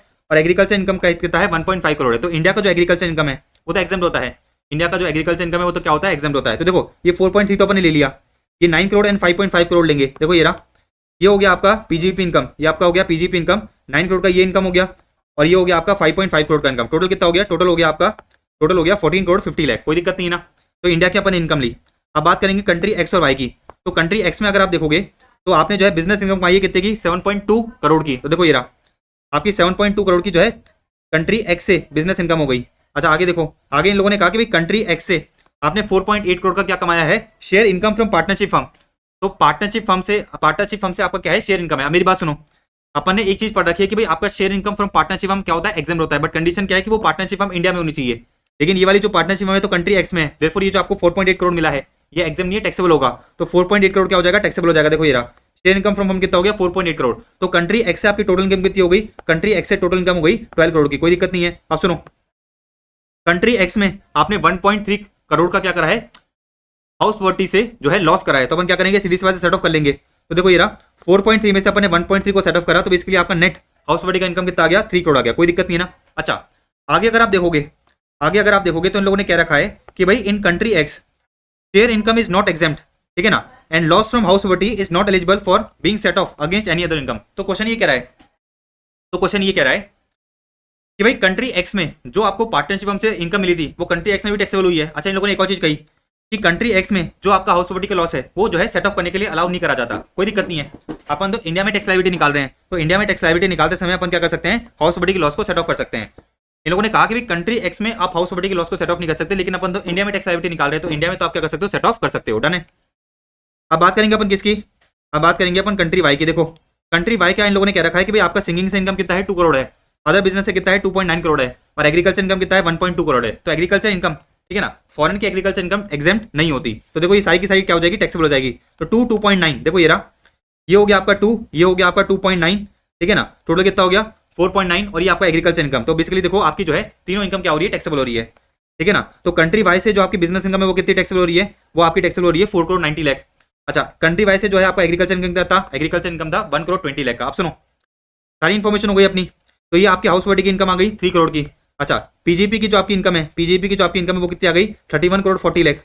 और जो आपका अदर सोर्सेज की इनकम कितनी आ गई, 1 करोड़ 20 लाख। तो आपकी टोटल जीटीआई कितनी हो गई, आपकी ग्रॉस टोटल इनकम हो गई 35 करोड़ 60 लाख। अच्छा सुनो आगे इन लोगों ने क्या रखा है, आगे इन लोगों ने क्या रखा है कि भाई आपने क्या करा है, पीपीएफ में पैसा जमा कराया है और लाइफ इंश्योरेंस प्रीमियम पे कराया है। तो सुनो, क्योंकि आपने जो है क्या कर रहे हो 115 बीएससी ले रखा है, आपने क्या कर रखा है 115 बीएससी ले रखा है, तो बेसिकली आपको जो है चैप्टर 6 के डिडक्शन नहीं मिलेंगे, तो ये आपके काम का नहीं है, ये जो है बेसिकली आपके काम का नहीं है। आगे देखते हैं, आगे इन लोगों ने कहा, आगे इन लोगों ने कहा कि भाई कंट्री एक्स में मैसेज कनिका ने क्या करा है, टोटल 2.16 करोड़ का टैक्स पे करा है और कंट्री वाई में क्या करा है 2.44 करोड़ का टैक्स पे करा है। आप सुनो मेरी बात, इंडिया में आपकी जीटीआई निकल के आ गई, चैप्टर 6 से आपको डिडक्शन कुछ मिलेंगे नहीं, तो आपकी टोटल इनकम कितनी हो गई, आपकी टोटल इनकम हुई 35 करोड़ 60 लाख, टोटल इनकम कितनी हो गई 35 करोड़ 60 लाख हो गई। अब मेरी बात सुनो, तो मेरी बात सुनो, ये जो आपकी टोटल इनकम निकल के आई है, इसमें आपको एक और चीज पता है कि भाई टोटल इनकम निकालते समय अपन ने क्या करा है, एग्रीकल्चर इनकम इन इंडिया को क्या करा है, एग्जाम करा है। अच्छा, मैंने आपको जो है पार्शियल इंटीग्रेशन वाला कॉन्सेप्ट बताया था, अगर आपको याद हो तो चैप्टर 2 में अपन ने जो है partial integration of agriculture income का कंसेप्ट पढ़ा था। तो partial integration of agriculture income with non agriculture income, पूरा कंसेप्ट मैंने आपको समझाया था कि जहां पर भी जो आपका इंडिविजुअल है उसके एग्रीकल्चर और नॉन एग्रीकल्चर इनकम है तो टैक्स कैसे निकलेगा, मैंने आपको टैक्स का तरीका बताया था। मैं आपको जो है लॉजिकली तरीका भी नहीं बता रहा, मैंने आपको जो है रिवीजन में वो सारी चीजें बता रखी है, अपने लेक्चर्स में जो है वो सारी चीजें बता रखी है। अभी अपन जो है टैक्स निकालेंगे। टैक्स कैसे निकालते हैं भाई, अपन क्या करेंगे, टैक्स निकालेंगे on net agriculture income plus non agriculture income, फिर अपन क्या करेंगे, टैक्स निकालेंगे on net agriculture income plus basic exemption limit, ठीक है ना। अच्छा, टैक्स अमाउंट क्या होगा, स्टेप 1 माइनस स्टेप 2। अच्छा, जो भी आपका नेट अमाउंट निकल के आएगा उसमें अपन क्या करेंगे, सरचार्ज एंड सेस को ऐड करेंगे। बात समझ आ गई। आ जाओ देखो, अपनी जो टोटल नॉन एग्रीकल्चर इनकम है वो कितनी है, 35,60,000 है। ये क्या है, नॉन एग्रीकल्चर इनकम है। नॉन एग्रीकल्चर इनकम का मतलब क्या है, अभी अपन ने कैलकुलेट करा है। अच्छा मेरी बात सुनो, एग्रीकल्चर इनकम इन इंडिया जो एग्जाम थी वो कितनी थी, वो थी आपकी 1.5 करोड़, ठीक है ना, वो थी आपकी 1.5 करोड़। तो सबसे पहले अपन क्या करेंगे, सबसे पहले अपन टैक्स निकालेंगे, ठीक है ना, non agriculture income plus net agriculture income पे। तो basically 35,60,000, not 35,60,000, 35 crore 60 lakh, 35 crore 60 lakh plus 1 crore 50 lakh, कितना हो गया ये हो गया 37 करोड़ 10 लाख। देखो ये रहा, सबसे पहले आपको टैक्स निकालना पड़ेगा किस पे, 37 करोड़ 10 लाख पे। तो आपने क्या करा, टैक्स निकाला 37 करोड़ 10 लाख पे, कितना निकल के आया 11 करोड़ 9,90,000 का, ठीक है ना। टैक्स निकाल लोगे 115 BSc according slab rate use करके टैक्स निकालोगे ना, कोई दिक्कत नहीं है, आगे बढ़े। अच्छा, फिर अपने को क्या करना है, फिर अपने को जो है टैक्स निकालना है किस पे, net agriculture income plus basic exemption limit. आ जाओ देखो, मेरा जो नेट एग्रीकल्चर इनकम है कितना है 1.5 करोड़ है। अच्छा, मेरा बेसिक एग्जाम्पशन लिमिट कितना है 3 लाख है। तो देखो क्या करूंगा मैं, 1 करोड़ 50 लाख प्लस 3 लाख करा तो कितना आ गया 1 करोड़ 53 लाख। तो 1 करोड़ 53 लाख पे मुझे टैक्स निकालना है, कितना निकल के आ गया 42,80,000। तो मैं क्या करूंगा, दिस माइनस दिस, तो बेसिकली आपका जो है टैक्स कितना निकल के आएगा 10 करोड़ 67 लाख 10,000।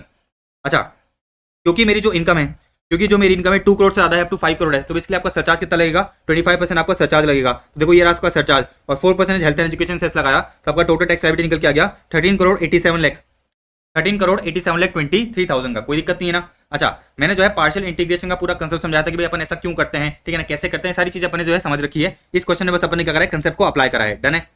तो बेसिकली आपका टैक्स लायबिलिटी कितना निकल के आ गया, टैक्स लायबिलिटी निकल के आ गया 13 करोड़ 87 लाख 23,000। तो सबसे इंपॉर्टेंट चीज अगेन आपको ये ध्यान रखनी है, भाई पार्शियल इंटीग्रेशन वाला कंसेप्ट भूल के मत आ जाना। अगर आप पार्शियल इंटीग्रेशन वाला कंसेप्ट भूल गए तो बेसिकली जो भी आपका ये टैक्स निकला है पूरा का पूरा क्या हो जाएगा, गलत हो जाएगा। अच्छा, आपने टैक्स निकाल दिया कि भाई इंडिया में कितना टैक्स लग रहा है वो निकाल दिया, अब मेरे को क्या करना पड़ेगा 91 का रिबेट देना पड़ेगा, क्योंकि इंडिया के साथ जो है बेसिकली अपन ने उन कंट्री का डीटीडब्ल्यू नहीं कर रखा। अच्छा, तो अपन को रिबेट निकालना, आज रिबेट निकालते हैं। तो बेसिकली इंडिया में कितना टैक्स लग रहा है, तो अगर आप देखोगे 13 करोड़ 87 लाख 23,000 डिवाइड बाय 35 करोड़ 60 लाख, तो देखो ये रहा average rate of tax in India कितना निकल के आ रहा है 38.967%। ये क्या है, average rate of tax in India है। अपन ये निकालेंगे भाई कंट्री एक्स में आपने जो है किस रेट से टैक्स पे करा है। अच्छा, कंट्री एक्स में जो है आपने कितना टैक्स पे करा है, देखो क्वेश्चन बोल रहा है कि भाई कंट्री एक्स में आपने टैक्स पे करा है कितना 2.16 करोड़ का। अच्छा, कंट्री एक्स में टोटल इनकम कितनी टैक्सेबल हुई थी, तो देखो कंट्री एक्स में एक तो जो है आपका ये 7.2 टैक्सेबल हुआ था और एक ये 4.8 टैक्सेबल हुआ था, इसका तो आपको जो है बेसिकली सेट ऑफ अलाउ नहीं करा गया होगा। तो कंट्री एक्स में आपने टोटल 7.2 प्लस 4.8 कितने पे टैक्स पे कराए, 12 करोड़ पे टैक्स पे कराए। तो 12 करोड़ पे आपने इतना टैक्स पे कराए, तो आपका जो है रेट कितना निकल के आएगा, देखो ये रहा भाई 2.16 डिवाइड बाय 12 करोड़ इंटू 100 कितना आ गया, ये 18% आ गया। तो कंट्री एक्स में आपका एवरेज रेट ऑफ टैक्स कितना है 18% है। इसी तरह से कंट्री वाई की बात करेंगे, कंट्री वाई में आपने टैक्स पे करा कितने का 2.44 करोड़ का। कंट्री वाई में जो है बेसिकली आपका टैक्स इनकम, आपका जो टैक्सेबल इनकम कितना है भाई 2.9 एंड 1.2। अच्छा, इन लोगों ने एक और चीज कही है कि भाई कंट्री वाई में agriculture income is chargeable to tax. तो सीधी सी बात है कि भाई कंट्री वाई में आपने क्या करा है 1.2 पे टैक्स पे कराए। तो कंट्री वाई में आपने टोटल कितनी इनकम पे टैक्स पे कराए 2 प्लस 2.9 प्लस 1.2 कितना हो गया, ये हो गया 6.1।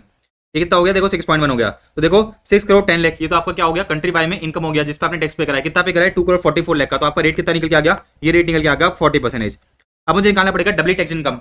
अब मुझे निकालना पड़ेगा डबली टैक्स इनकम। सुनो, कंट्री एक्स में जो है बेसिकली कंट्री एक्स की जो है ये वाली इनकम है, इंडिया में कितने अमाउंट पे टैक्स लगा है, इंडिया में कितने अमाउंट पे टैक्स लगा है, तो 7.2 प्लस 4.8 कितना हो गया, 12 करोड़ हो गया। लेकिन इंडिया में आपने 1.3 का डिडक्शन भी तो लिया है ना, तो 12 माइनस 1.3 कितना हो गया, 10.7। तो देखो ये कितना आ गया, 10.7 करोड़ आ गया। कितना आ गया, 10.7 करोड़ आ गया। तो डब्ल्यू टैक्स इनकम कितनी है, 10.7 करोड़ है। अच्छा, इंडिया और बेसिकली इंडिया में आपने टैक्स पे करा है किस रेट से, 38% से, और बेसिकली कंट्री एक्स में पे करा है 18% से। तो विचेवर इज लोअर का आपको क्या मिल जाएगा, विचेवर इज लोअर का जो है बेसिकली आपको रिलीफ दे दिया जाएगा। तो आपको रिलीफ कितने का मिलेगा, 18% का। तो देखो ये रहा 10.7 का 18% कितना हो गया, ये हो गया आपका 1,92,60,000 का। कोई दिक्कत नहीं है ना।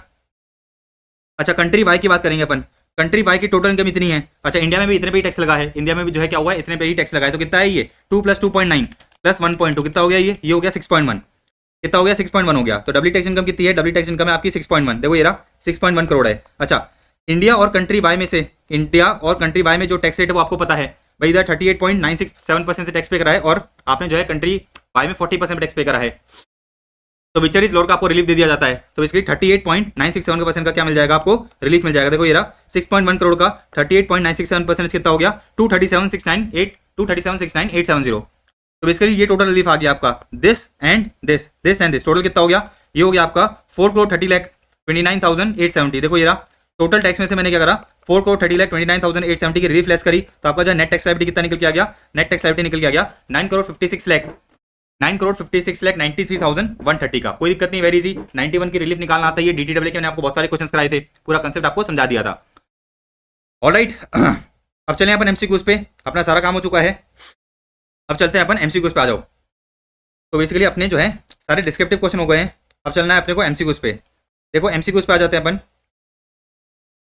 सबसे पहले एमसीक्यू नंबर 12 देख लो, एमसीक्यू नंबर 12 और 13 देख लेते हैं, इंडिविजुअल एमसीक्यू है। देखो क्या बोल रहा है ये, इन लोगों ने कहा कि अ search is conducted, A search is conducted by the Income Tax Department in India in the premises of Mr. Surya, ठीक है ना, on 25th of March 2025, and it has come to the notice of department that Surya Prakash has earned the income of 5 lakh in country X during the previous year 2021। सुनो, previous year 2021 में सूर्य प्रकाश ने क्या करा था, 5 लाख की income country x में कमाई थी, ठीक है ना। अच्छा सुनो क्या बोल रहा है ये, कि it has come to the notice of department that Surya has earned income of 5 lakh, ठीक है ना, डूइंग द प्रीवियस ईयर 2021। अच्छा, further income tax department noticed that existence of undisclosed gold jewellery which was purchased on 21st of April 2022। अच्छा, तो basically एक gold jewellery भी मिली, एक जो है क्या मिली आपकी, गोल्ड ज्वेलरी भी मिली, जो बेसिकली सूर्या ने डिस्क्लोज नहीं कर रखी, मतलब टैक्स पे नहीं कर रखा। अब सुनो आगे, इन लोगों ने कहा कि neither this income nor the asset has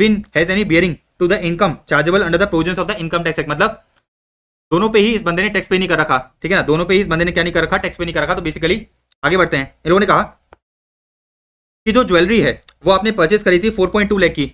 अच्छा, its value as per the report of valuer recognised by the government is 5.2 lakh on 1st of April 2024 and 5.2 lakh है, 5.2 लाख की वैल्यू है 1st of April 2024 पे, और 23rd of March 2025 पे कितनी value है, ये है आपकी वैल्यू 5.3 लाख पे है। अच्छा मेरी बात सुनो, ब्लैक मनी एक्ट में आपको ये पता है कि भाई अगर कोई अनडिस्क्लोज एसेट मिलता है, तो बेसिकली वो टैक्सेबल किस प्रीवियस ईयर में होता है, जिस प्रीवियस ईयर में एओ के नोटिस में आया। अच्छा, एओ के नोटिस में कब आया, एओ के नोटिस में आया 25th of March 2025, मतलब प्रीवियस ईयर क्या हो गया, ये प्रीवियस ईयर हो गया 24-25। तो जो आपका अनडिस्क्लोज एसेट है वो टैक्सेबल क्या होगा, वो जो है टैक्सेबल होगा 24-25 में। अच्छा, किस वैल्यू पे टैक्सेबल होगा, तो अपन ये देखेंगे जिस साल एओ के नोटिस में आया उस साल के 1 अप्रैल पे उसकी वैल्यू क्या थी। तो देखो उस साल के 1 अप्रैल पे उसकी वैल्यू कितनी थी, उस साल के 1 अप्रैल पे उसकी वैल्यू थी 5.2 लाख। तो ये जो आपका अनडिस्क्लोज एसेट है, ब्लैक मनी एक्ट में, इसका जो है ब्लैक मनी एक्ट में जो है इसका वैल्यू कितना लिया जाएगा, 5.3 लाख लिया जाएगा। अब देखो क्वेश्चन क्या बोल रहा है, क्वेश्चन ये बोला है कि which of the following statement is correct with reference to the taxability of the impugned items in the hands of Surya Prakash under black money act. तो ये बोला कि ब्लैक मनी एक्ट में जो है बेसिकली किस तरह से टैक्सेबल करा जाएगा, कौन सा स्टेटमेंट करेक्ट है। तो देखो अनडिस्क्लोज एसेट का वैल्यू क्या होगा, 5.2 लाख होगा, मैंने आपको बता दिया। अनडिस्क्लोज एसेट का वैल्यू कितना होगा, 5.2 लाख होगा, राइट। ये 5.2 है, ये 5.2 है, नॉट 5.3, 5.2 है। हमने लिखने में मिस्टेक कर दी, 5.2 है। तो इसके लिए जिस प्रीवियस ईयर में एओ के नोटिस में आया उस प्रीवियस ईयर के 1 अप्रैल को क्या वैल्यू थी, वही आपका अनडिस्क्लोज एसेट का वैल्यू लेता है। तो 1 अप्रैल 2024 को वैल्यू कितनी थी, 5.2 लाख थी। तो एक तो आपका स्टेटमेंट ये करेक्ट है कि जो आपका अनडिस्क्लोज एसेट है उसका वैल्यू कितना है, उसका वैल्यू है आपका 5.2 लाख। अच्छा, दूसरा स्टेटमेंट क्या कर रहा है, दूसरा स्टेटमेंट क्या बोल रहा है कि भाई अनडिस्क्लोज एसेट कब टैक्सेबल होगा। मैंने अभी आपको बताया कि जिस साल में एओ के नोटिस में आया उस साल में क्या करा जाता है, टैक्सेबल करा जाता है। मतलब जो आपका अनडिस्क्लोज एसेट है 24-25 में टैक्सेबल करा जाएगा। देखो ये रहा अनडिस्क्लोज जैसे 24-25 में टैक्सेबल करा जाएगा, लेकिन जो आपकी अनडिस्क्लोज इनकम है, जो आपकी अनडिस्क्लोज इनकम है वो 2021 में ही टैक्सेबल करी जाएगी। तो देखो ये रहा, अनडिस्क्लोज जैसे टैक्सेबल होगा 24-25 में, और अनडिस्क्लोज इनकम टैक्सेबल होगी किसमें, 2021 में। वेरी इजी, कोई दिक्कत नहीं है ना। ये सारी चीजें अपन ने ब्लैक मनी एक्ट में कर रखी है। तो आपके कौन कौन से स्टेटमेंट करेक्ट है, आपके कौन कौन से स्टेटमेंट करेक्ट है, एक तो आपका जो है पॉइंट नंबर 3 और एक पॉइंट नंबर 5। देखो ये रहा, आंसर होगा आपका 3 एंड 5। तो आपका जो है आंसर नंबर सी करेक्ट है। आपका जो आंसर नंबर सी है वो क्या है, करेक्ट है, चेक कर लेते हैं। ये है आपका 12 का सी, राइट, 12 का सी।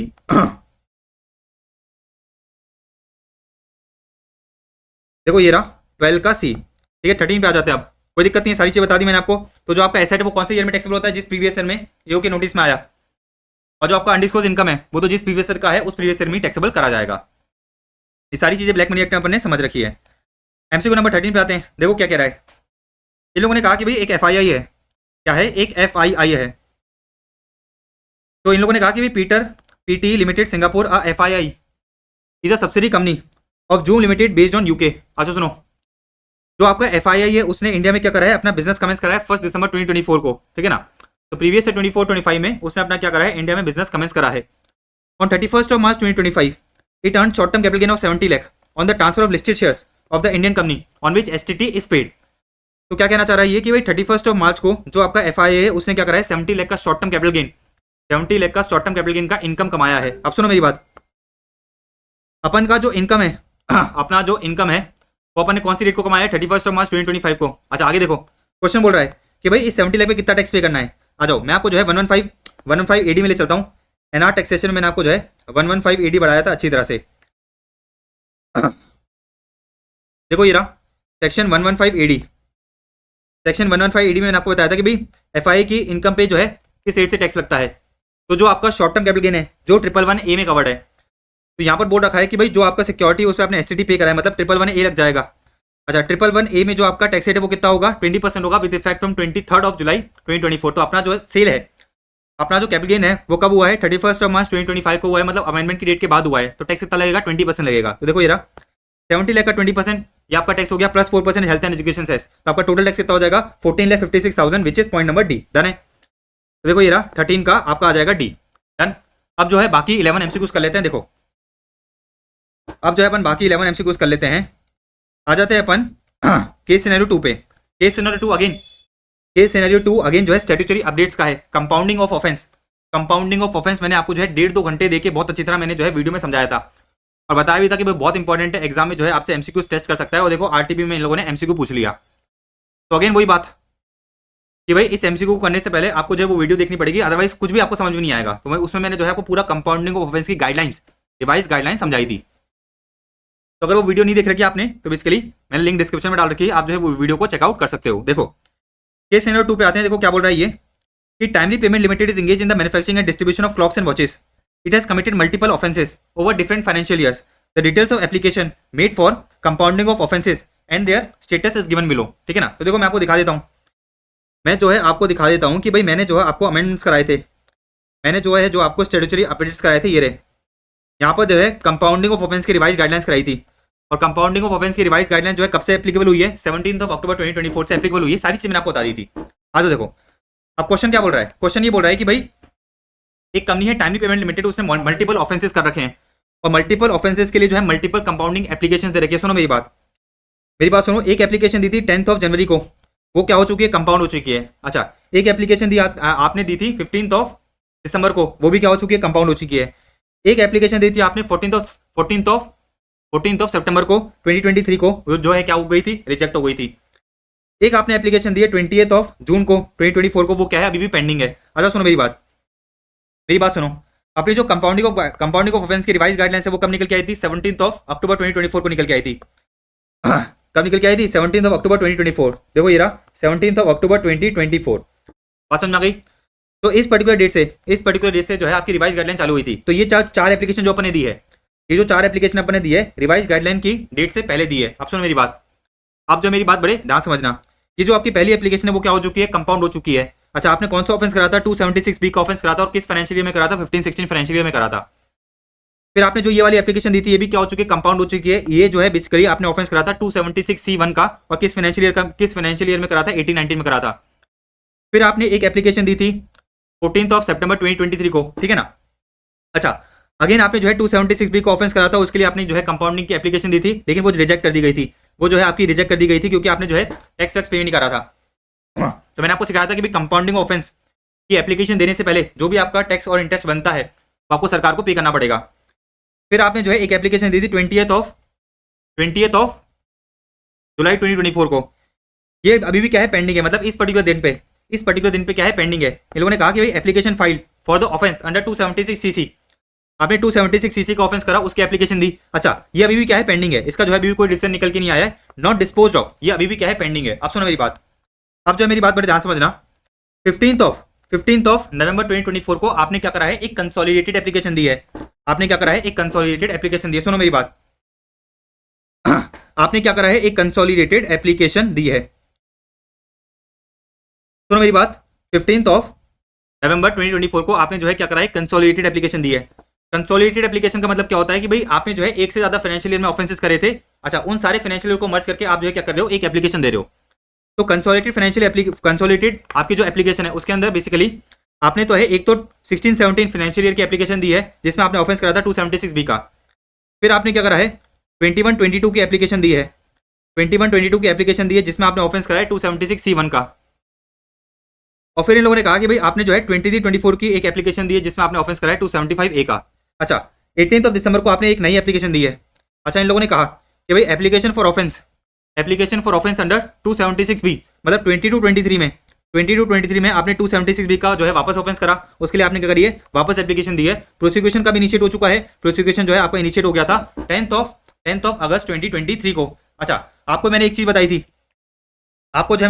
थी, क्या बताया था कि भाई अगर जो है आप कंपाउंडिंग एप्लीकेशन फाइल कर देते हो, अगर जो है आप क्या कर देते हो, कंपाउंडिंग एप्लीकेशन फाइल कर देते हो विद इन 12 मंथ, तो उस केस में नॉर्मल कंपाउंडिंग चार्जेस लगेंगे। तो अगर आप जो है कंपाउंडिंग एप्लीकेशन फाइल कर देते हो with in 12 months from the end of the month in which the prosecution is initiated, तो उस केस में आपके जो है नॉर्मल कंपाउंडिंग चार्जेस लगेंगे। लेकिन अगर 12 मंथ्स की बात करते हो तो आपके जो कंपाउंडिंग चार्जेस है 50% से इंक्रीज हो जाएंगे। अब सुनो, इन लोगों ने क्या रखा है कि भाई इस पर्टिकुलर ईयर में 22-23 में आपने 276B को ऑफेंस करा था, प्रोसिक्यूशन आपका इनिशिएट हो गया था 10th ऑफ अगस्त 2023 को, तो इसका मंथ एंड क्या होगा, 31st ऑफ अगस्त 2023। अच्छा, विद इन 12 मंथ्स बोले तो अगर आप क्या करते 31st ऑफ अगस्त 2024 तक एप्लीकेशन दे देते तो उस केस में नॉर्मल कंपाउंडिंग चार्जेस लगते। लेकिन आपने जो एप्लीकेशन दी है आफ्टर 12 मंथ्स दी है, तो इस पर्टिकुलर एप्लीकेशन में जो भी आपकी कंपाउंडिंग चार्जेस है वो 50% से बढ़ जाएंगे। अच्छा, आगे देखो, आगे इन लोगों ने कहा कि भाई ऑल द ड्यूज, भाई जो भी आपका टैक्स इंटरेस्ट पेनल्टी है वो आपने क्या करा है, पे कर दिया बिफोर फाइलिंग एप्लीकेशन। अच्छा, एप्लीकेंट ने क्या करा है, नेसेसरी अंडरटेकिंग्स दे दिया और जो भी अपील थी उसको विड्रॉ कर लिया है। अच्छा, compounding application fee of 50,000 and 25,000 were paid for consolidated and single application respectively. तो जब आप क्या करते हो, कंपाउंडिंग के लिए कंसोलिडेटेड एप्लीकेशन देते हो तो आपको 50,000 की फीस देनी पड़ती है, मैंने आपको सिखाया था। और जब आप सिंगल एप्लीकेशन देते हो तो उस केस में 25,000 की फीस देनी पड़ती है, वो भी अपने पढ़ रखा है। अच्छा, आगे देखो, आगे इन लोगों ने कहा कि the company has delayed in depositing the tax deducted at source for the first quarter of financial year 24-25 of 1,25,00,000 for 125 days.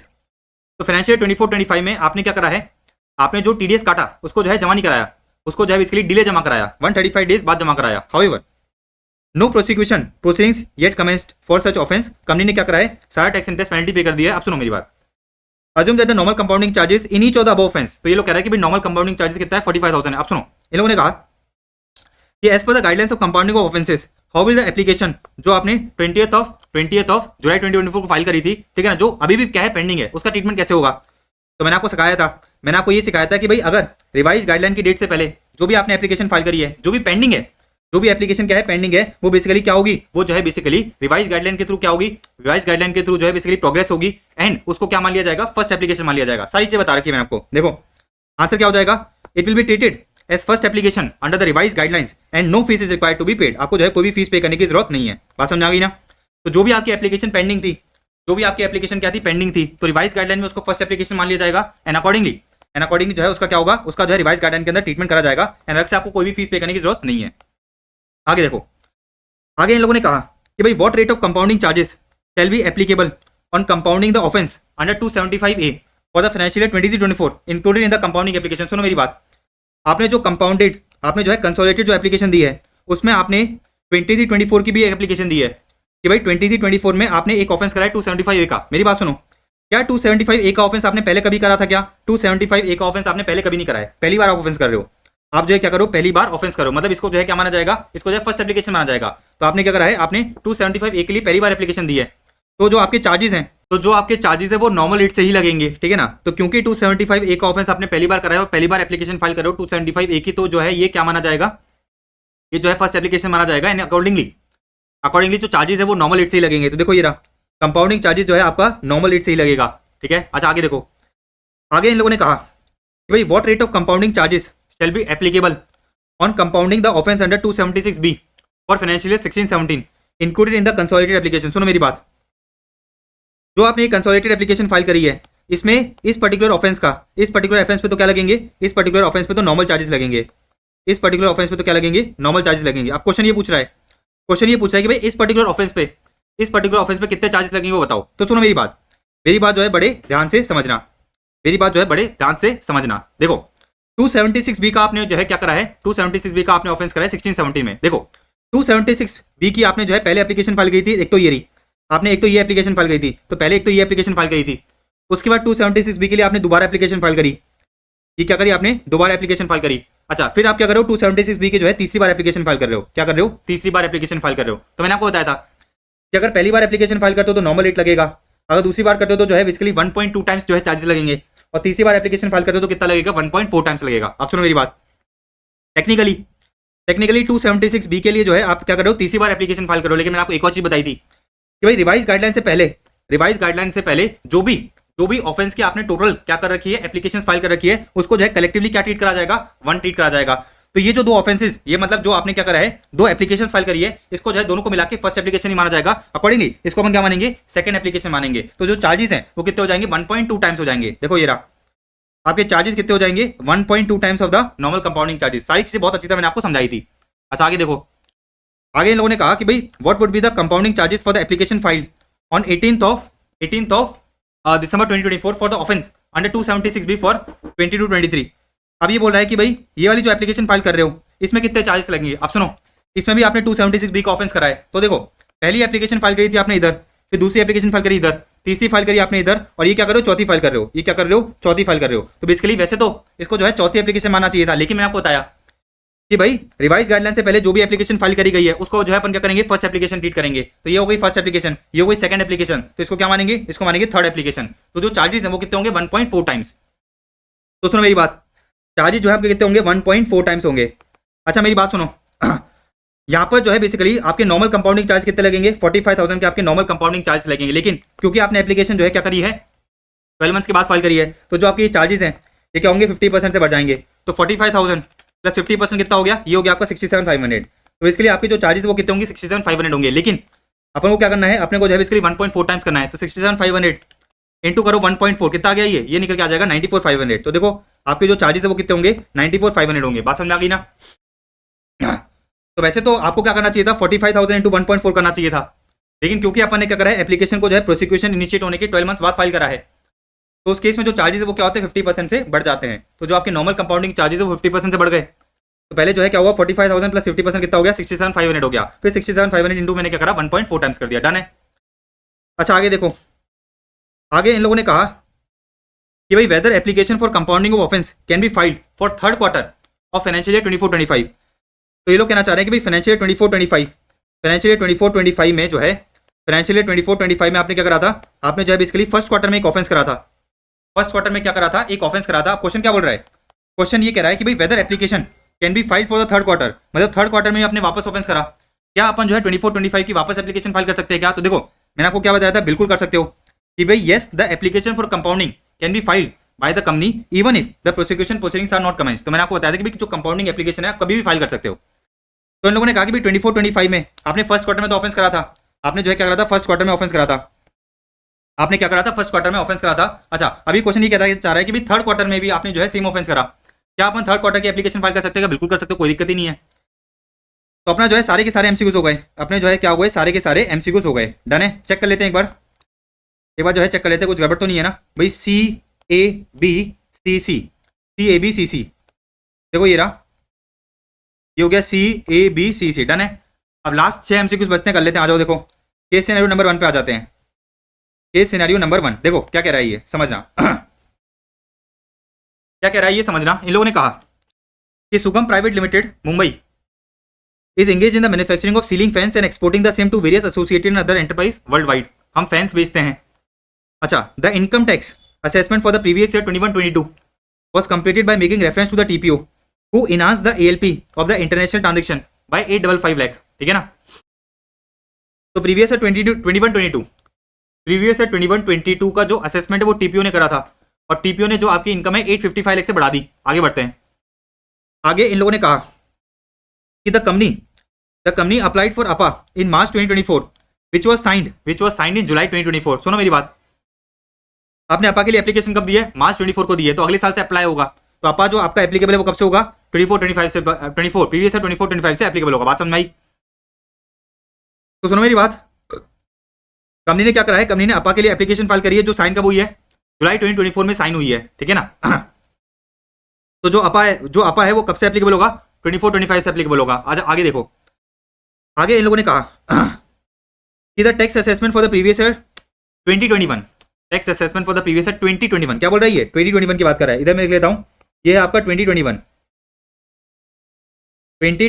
The tax assessment of 2021 regarding the ALP of the international transaction was disputed before the tribunal which set aside the order for fresh assessment by the AO। तो basically ये लोग कहना चाह रहे हैं कि भाई 2021 में जो आपका आईटेट है, ट्रिब्यूनल है, उसने क्या करा है, ऑर्डर को सेट असाइड कर दिया और एओ को कहा कि भाई फ्रेश असेसमेंट करके लेके आओ। अब सुनो आगे इन लोगों ने कहा कि the company applied for rollback benefit which was agreed and signed in December 2024। समझना मेरी बात, अपा कब साइन हुआ है? आपका जो अपा है वो साइन हुआ है जुलाई 24 में। देखो ये ना, अपा जो है आपका साइन हुआ है जुलाई 24 में।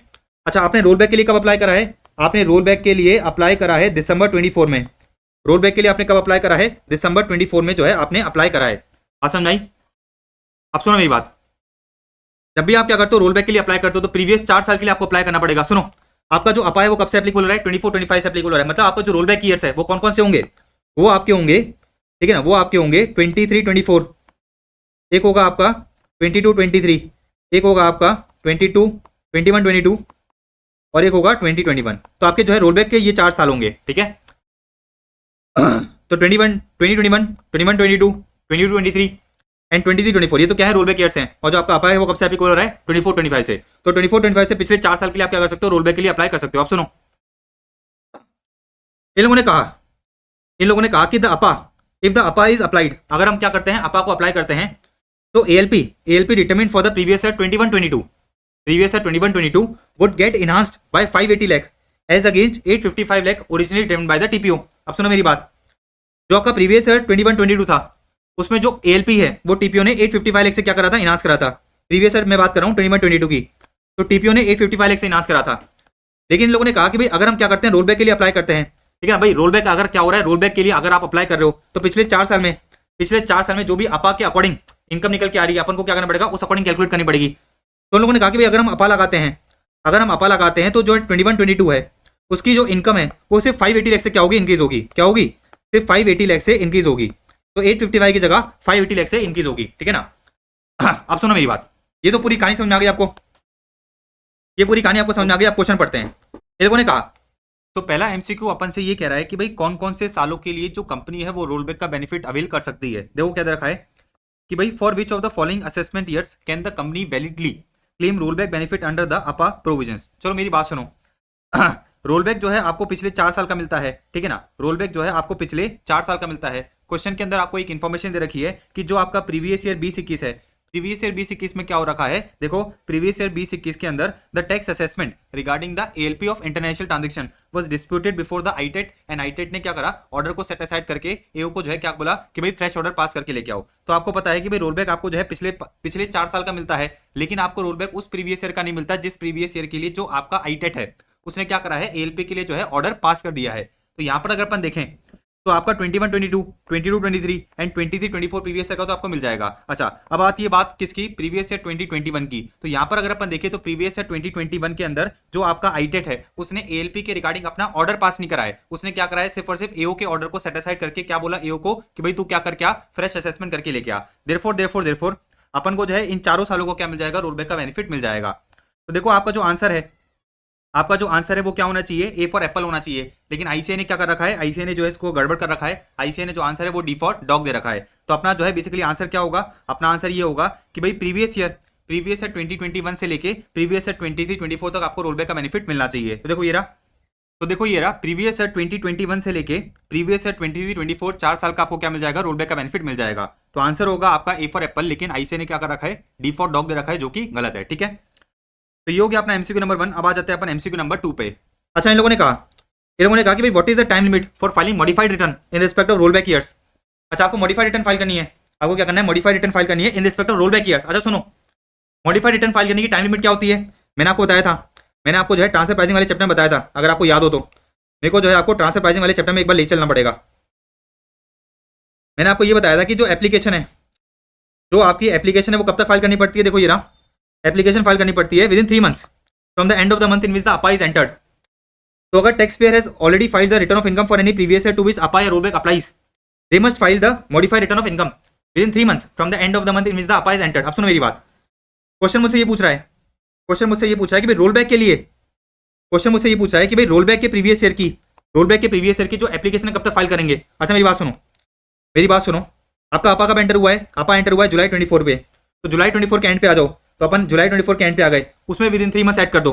अपन ने क्या करा, 3 मंथ्स ऐड कर दिए। तो जुलाई में जो है 3 मंथ्स ऐड करेंगे तो कितना हो जाएगा, सितंबर। जुलाई के बाद क्या आता है, अगस्त।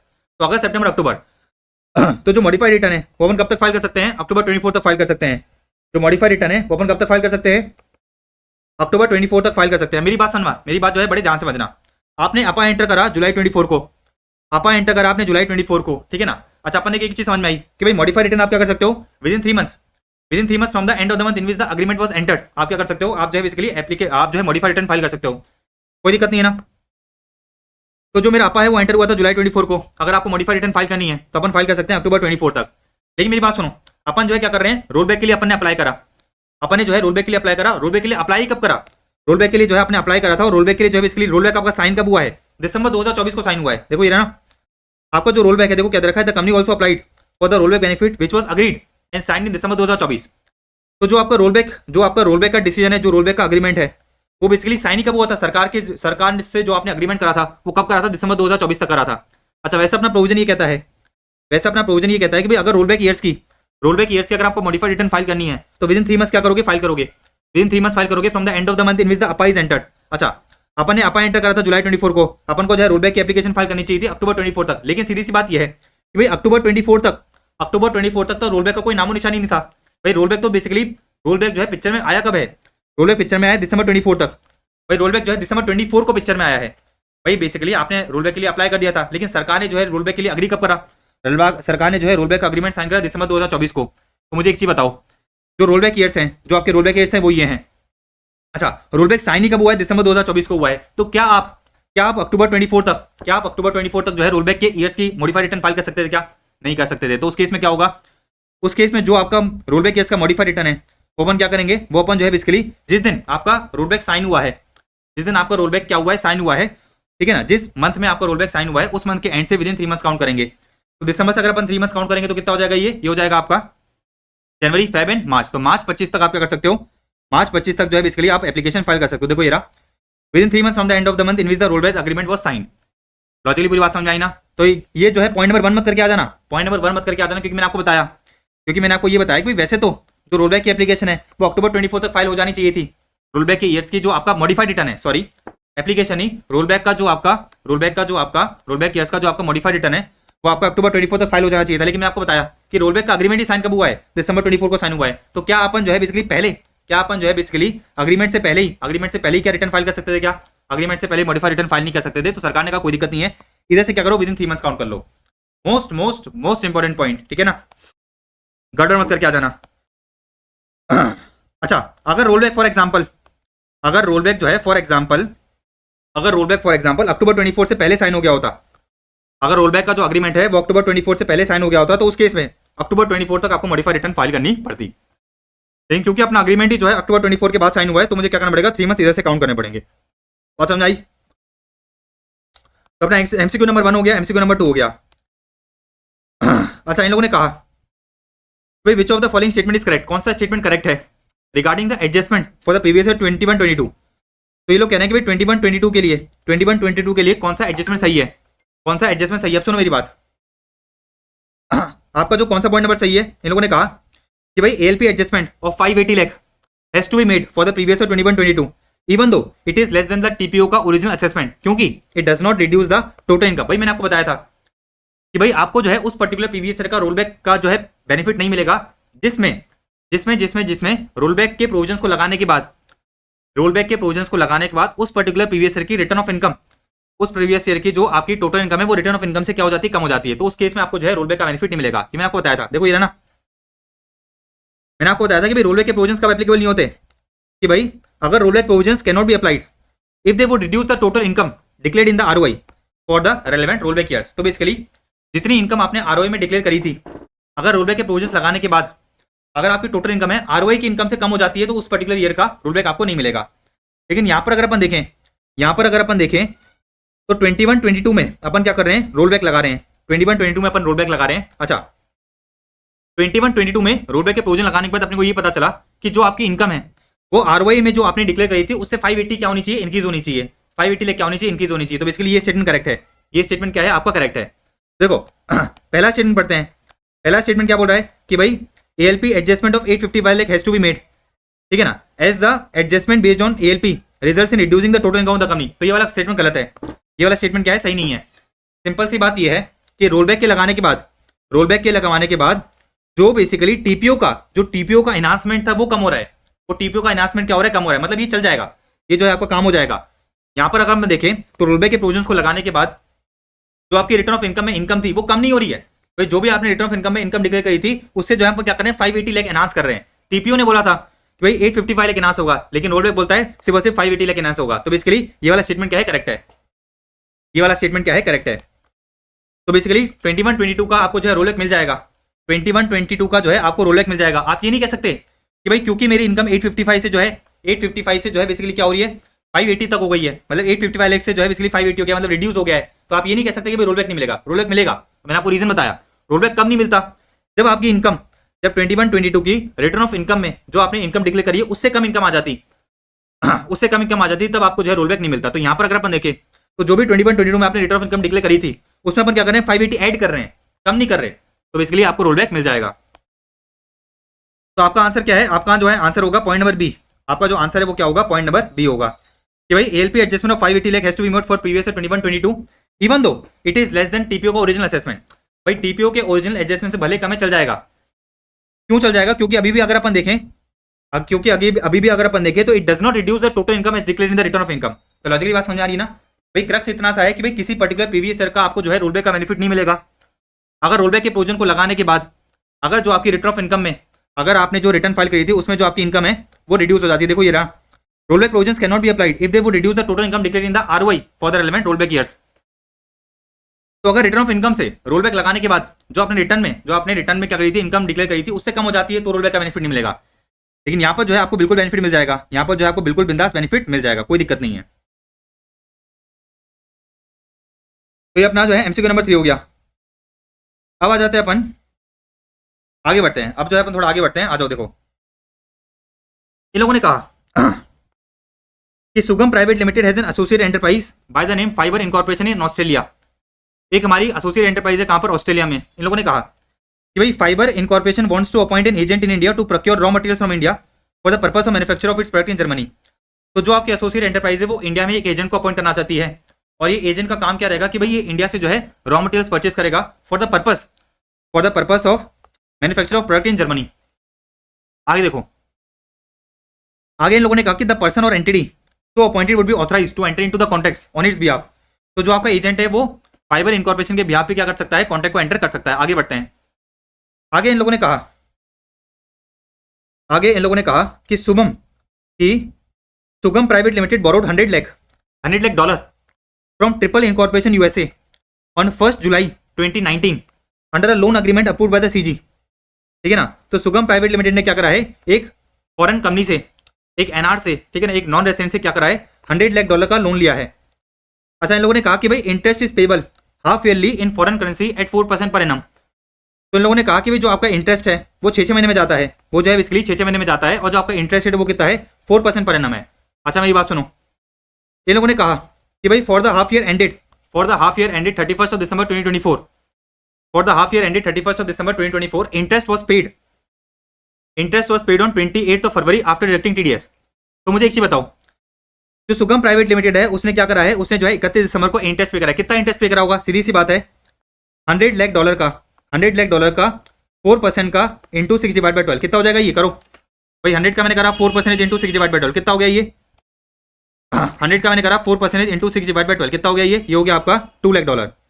तो मुझे एक चीज समझ में आई कि जो सुगम प्राइवेट लिमिटेड है उसने क्या करा है, जो सुगम प्राइवेट लिमिटेड है उसने 31st ऑफ दिसंबर को $2 लाख का क्या करा है? इंटरेस्ट पे करा है। $2 लाख का क्या करा है? इंटरेस्ट पे करा है। बात समझ में आई? अब मेरी बात सुनना, क्वेश्चन ये कह रहा है कि इंटरेस्ट पे करते समय आपने क्या करा है? बकायदा टीडीएस काट लिया है। इंटरेस्ट पे करते समय बकायदा आपने जो है टीडीएस काट लिया है। अच्छा मुझे एक चीज बताओ, आप एक चीज बताओ कि जब टीडीएस कटता है, जब आप एनआर का टीडीएस काटते हो तो किस रेट पे काटते हो? अपन ये देखते हैं कि एनआर की इनकम इंडिया में किस रेट से टैक्सेबल होती है। एनआर की इनकम इंडिया में जो है किस रेट से टैक्सेबल होती है, उस रेट पे अपन क्या करते हैं? टीडीएस काट लेते हैं। सुनो, ये कौन है? एक फॉरेन कंपनी है। एनआर कौन है? एक फॉरेन कंपनी है। ठीक है ना? अच्छा, आपको एक चीज पता है, मैंने आपको जो है 115A पढ़ाया था, सेक्शन 115A पढ़ाया था। मैंने आपको यहाँ बताया था कि भाई अगर एनआर को जो है किसी इंडियन कंपनी से जो है इंटरेस्ट की इनकम हुई तो 5% पे टैक्सेबल होती है। तो आप लोग एक चीज समझ में आ गई कि भाई जो सुगम प्राइवेट लिमिटेड है जब क्या करेगी? पेमेंट करेगी तो बेसिकली टीडीएस किस रेट से काटेगी? टीडीएस काटेगी 5% के रेट से। अच्छा, जब भी अपन एनआर का क्या करते हैं? टीडीएस काटते हैं, तो अपन क्या करते हैं? टीडीएस में surcharge and health education cess का भी क्या करते हैं? जो है बेसिकली इंक्लूड करके टीडीएस काटते हैं।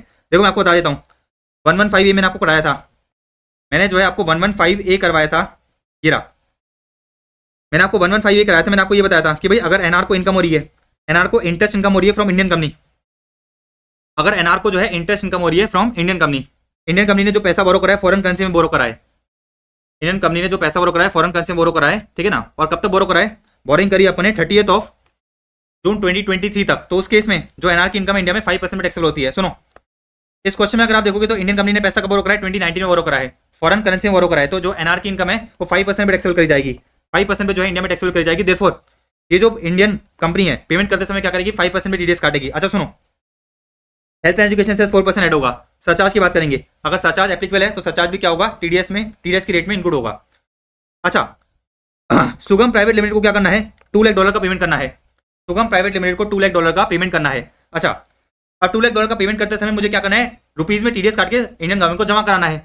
तो सीधी सी बात यह है कि भाई अपन को ये देखना पड़ेगा कि जो एनआर की ये डॉलर की इनकम है, एनआर की जो डॉलर की इनकम है इंडिया में जो है इसका रुपीज का अमाउंट कितना बनता है।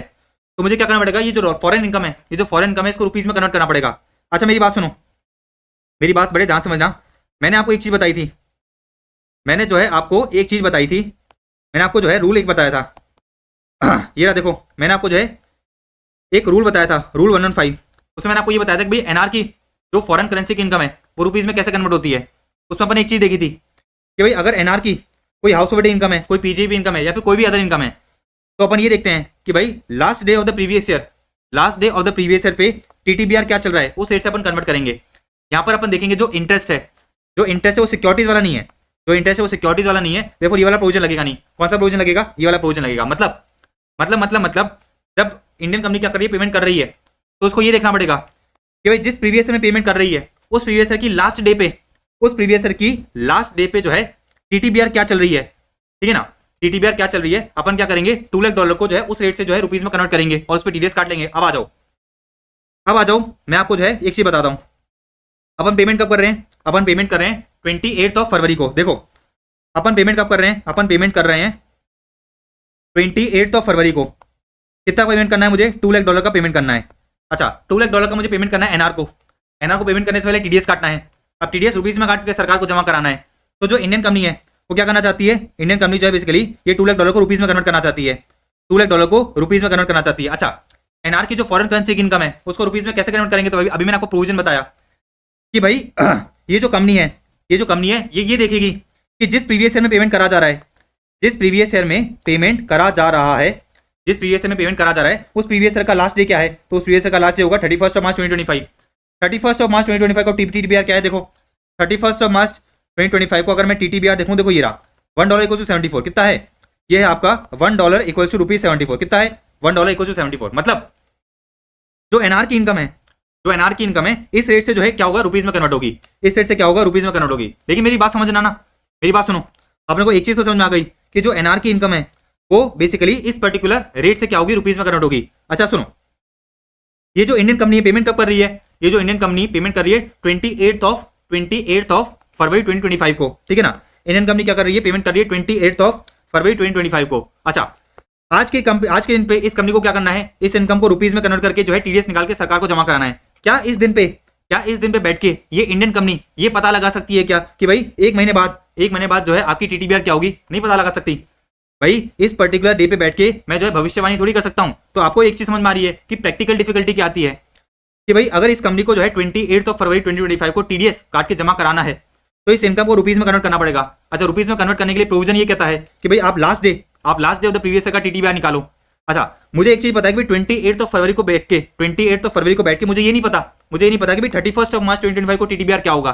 तब सरकार ने क्या करा था, रूल 115 में क्या करा था, एक क्लैरिफिकेशन ऐड करा था, एक एक्सप्लेनेशन ऐड करा था। और वो एक्सप्लेनेशन क्या कहता है समझना, ठीक है ना। तो वो एक्सप्लेनेशन जो है इस पर्सन को गाइडेंस देता है और ये कहता है कि देख तुझे क्या करना है, $2 लाख का पेमेंट करना है एनआर को। अच्छा एनआर की जो इनकम है वो रुपीज में कन्वर्ट होगी। अच्छा कौन सी रेट से कन्वर्ट होगी, ठीक है ना, 31 मार्च 2025 पे जो एक्सचेंज रेट चल रही है उससे कन्वर्ट होगी। लेकिन मेरी बात सुनो, आज के दिन पे इस पर्सन को क्या करना है, पेमेंट करते समय टीडीएस काटना है। अच्छा अब टीडीएस काटने के लिए क्या करना पड़ेगा, ये जो डॉलर वाली इनकम है इसको रुपीज में कन्वर्ट करना पड़ेगा। आज के दिन पे बैठ के ये पर्सन ये नहीं पता लगा सकता कि भाई एक महीने बाद कि है ना, एक महीने बाद जो है टीटीबीआर क्या होगा। तो उस केस में सरकार ने जो है इस पर्सन को ये कहा कि भाई देख एक काम कर, ठीक है ना, तुझे टीडीएस काटना है ना, तुझे जो है टीडीएस काटना है और टीडीएस काटने के लिए तुझे क्या करना है, ये जो फॉरेन करेंसी में जो इनकम है इसको रुपीज में कन्वर्ट करना है। तो बेसिकली इस पर्सन को गाइडेंस दी सरकार ने और इस पर्सन को सरकार ने ये कहा कि तू एक काम कर, ये जो एनआर की इनकम है ना इसको जो है तू क्या कर, उस पर्टिकुलर दिन की टीटीबीआर से कन्वर्ट कर ले। अच्छा किस पर्टिकुलर दिन की, तो सरकार ने इसको कहा कि जिस दिन पे तुझे tax was required to be deducted.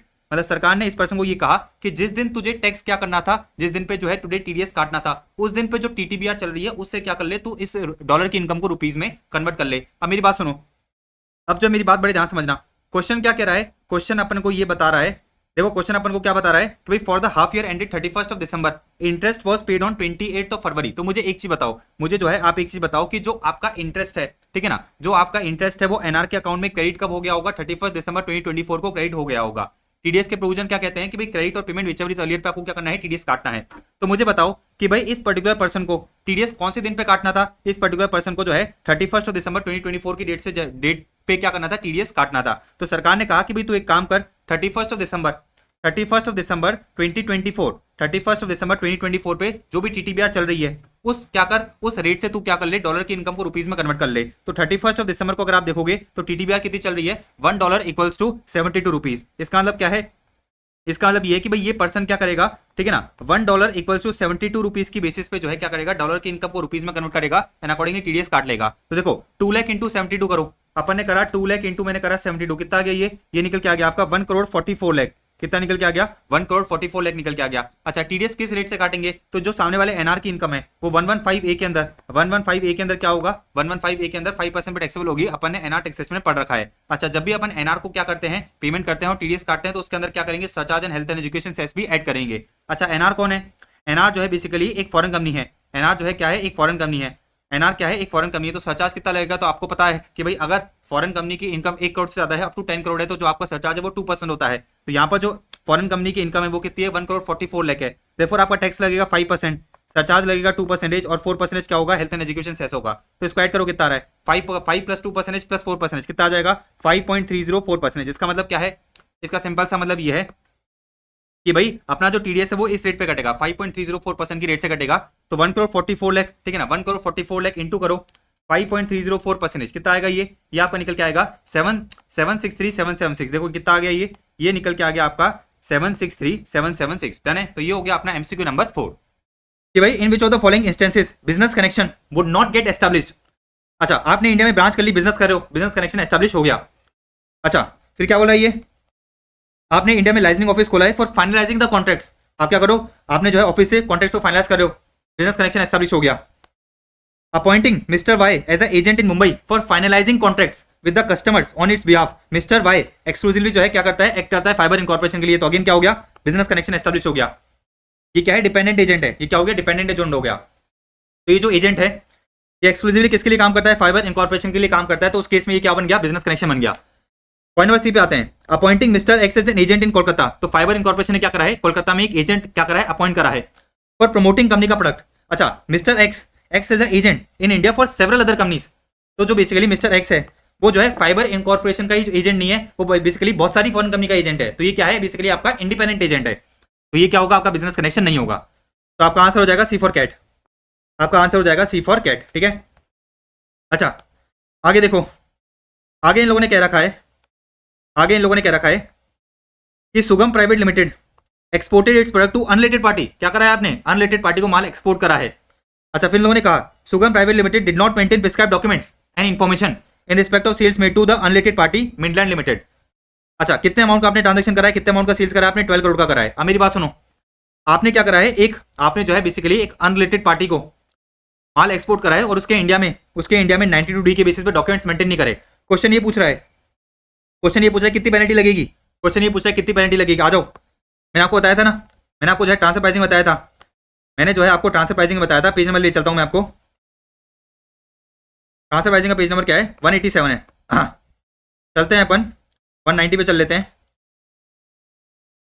मैंने आपको पेनल्टीज बताई थी, मैंने आपको पेनल्टीज बताई थी कि भाई अगर आप 92D में जो डॉक्यूमेंट्स दे रखे हैं उसको मेंटेन नहीं करते हो तो आपको क्या करना पड़ेगा, 2% of value of international transaction का पेनल्टी पे करना पड़ेगा। आ जाओ, मुझे बताओ आपने कितने अमाउंट का ट्रांजेक्शन करा है, आपने कितने अमाउंट का ट्रांजेक्शन करा है, आपने कितने अमाउंट का ट्रांजेक्शन करा है। देखो 12 करोड़ का ट्रांजेक्शन करा है, तो 12 करोड़ का 2% कितना होता है, 12 करोड़ का 2% होता है, 12 करोड़ का 2% होता है 24 लाख। 24 लाख आप आंसर टिक करके आओगे ना, बिल्कुल आप वही टिक करके आओगे, लेकिन गलत है भाई। 92D में जो आपको डॉक्यूमेंट्स मेंटेन करने पड़ते हैं वो इंटरनेशनल ट्रांजेक्शन के करने पड़ते हैं। और इंटरनेशनल ट्रांजेक्शन का मतलब क्या होता है कि ना, आपने क्या ट्रांजेक्शन करा है किसी एसोसिएटेड एंटरप्राइज से। भाई इंटरनेशनल ट्रांजेक्शन की डेफिनेशन बताया ना आपको, देखो ये रहा इंटरनेशनल ट्रांजेक्शन की डेफिनेशन कि भाई ट्रांजेक्शन बिटवीन 2 और मोर एसोसिएटेड एंटरप्राइज। तो यहाँ पर जो ट्रांजेक्शन हो रहा है वो तो अनरिलेटेड पार्टी से हो रहा है, तो बेसिकली अनरिलेटेड पार्टी से हो रहा है। तो क्या आपको जो है डॉक्यूमेंट्स मेंटेन करने क्या, आपको जो है डॉक्यूमेंट्स मेंटेन करने की जरूरत नहीं है, तो उस केस में पेनल्टी भी नहीं लगेगी। तो आपका आंसर होगा नील। 24 लाख मत करके आ जाना, जल्दबाजी में जो है 24 लाख मत करके आ जाना। इन लोगों ने देखो कितनी बारीकी से ये चीज टेस्ट कर रखी है। तो बेसिकली 12 करोड़ का 2% भाई 24 लाख करके मत आ जाना, गलत हो जाएगा, क्योंकि इन लोगों ने क्या कर रखा है, अनरिलेटेड पार्टी के साथ ट्रांजेक्शन कर रखा है। और 92D में जो पेनल्टी है वो किसके लिए है कि भाई अगर आप जो है डॉक्यूमेंट्स मेंटेन नहीं करते हो फॉर इंटरनेशनल ट्रांजेक्शंस। और इंटरनेशनल ट्रांजेक्शन का मतलब होता है कि transaction with the associated enterprise. तो अगेन देखो मैंने इधर इंपॉर्टेंट पॉइंट इसलिए लिख रखा है, कितनी खतरनाक तरीके से जो है बेसिकली ऐसे घुमाता है, बारीकियां टेस्ट करता है। तो देखो अपना जो है एमसीक्यू नंबर 6 भी हो गया, चेक कर लेते हैं सारे एमसीक्यूज भाई। DB, ठीक है ना, DBBAC, देखो ये रहा DBBAC और 6 का क्या है, D है, 6 का क्या है, D है। देखो ये रहा 6 का D। अच्छा, इसमें मैंने आपको बता दिया कि जो आपका फोर्थ है उसमें ICI ने A दे रखा है, लेकिन टेक्निकली होना चाहिए C for cat. Alright, finally जो है अपना आरटीपी खत्म होता है, पूरा का पूरा जो है अपना आरटीपी खत्म होता है। इजी थी लेकिन थोड़ी बहुत टेक्निकल थी, कुछ इन लोगों ने टेक्निकल चीजें पूछ रखी थी। अच्छा, वीडियो अच्छी लगी तो वीडियो को लाइक करना, अपने दोस्तों के साथ जरूर शेयर करना। चैनल सब्सक्राइब नहीं कर रखा तो चैनल को भी सब्सक्राइब कर लेना। एंड फॉर एग्जांपल अगर आपको जो है DT IDT या फिर AFM की क्लासेस चाहिए, DT IDT जो है बेसिकली हम प्रोवाइड करते हैं ग्रुप 2 में। अच्छा, AFM जो है ग्रुप 1 में प्रोवाइड करते हैं। तो DT और AFM मैं पढ़ाता हूँ, IDT निकिता जी पढ़ाती है, निकिता मैम पढ़ाती है। तो अगर आपको DT IDT AFM में से किसी भी क्लासेस चाहिए तो बेसिकली आप जो है क्या कर सकते हो, वेबसाइट से जाकर एनरोल कर सकते हो। अच्छा, फॉर एग्जाम्पल अगर आपको जो है हमारी वीडियोस अच्छी लगती है तो बेसिकली आप हमारी क्लासेस अपने जूनियर अपने फ्रेंड्स को भी रिकमेंड जरूर करना। तो मिलते हैं अपन नेक्स्ट वीडियो में।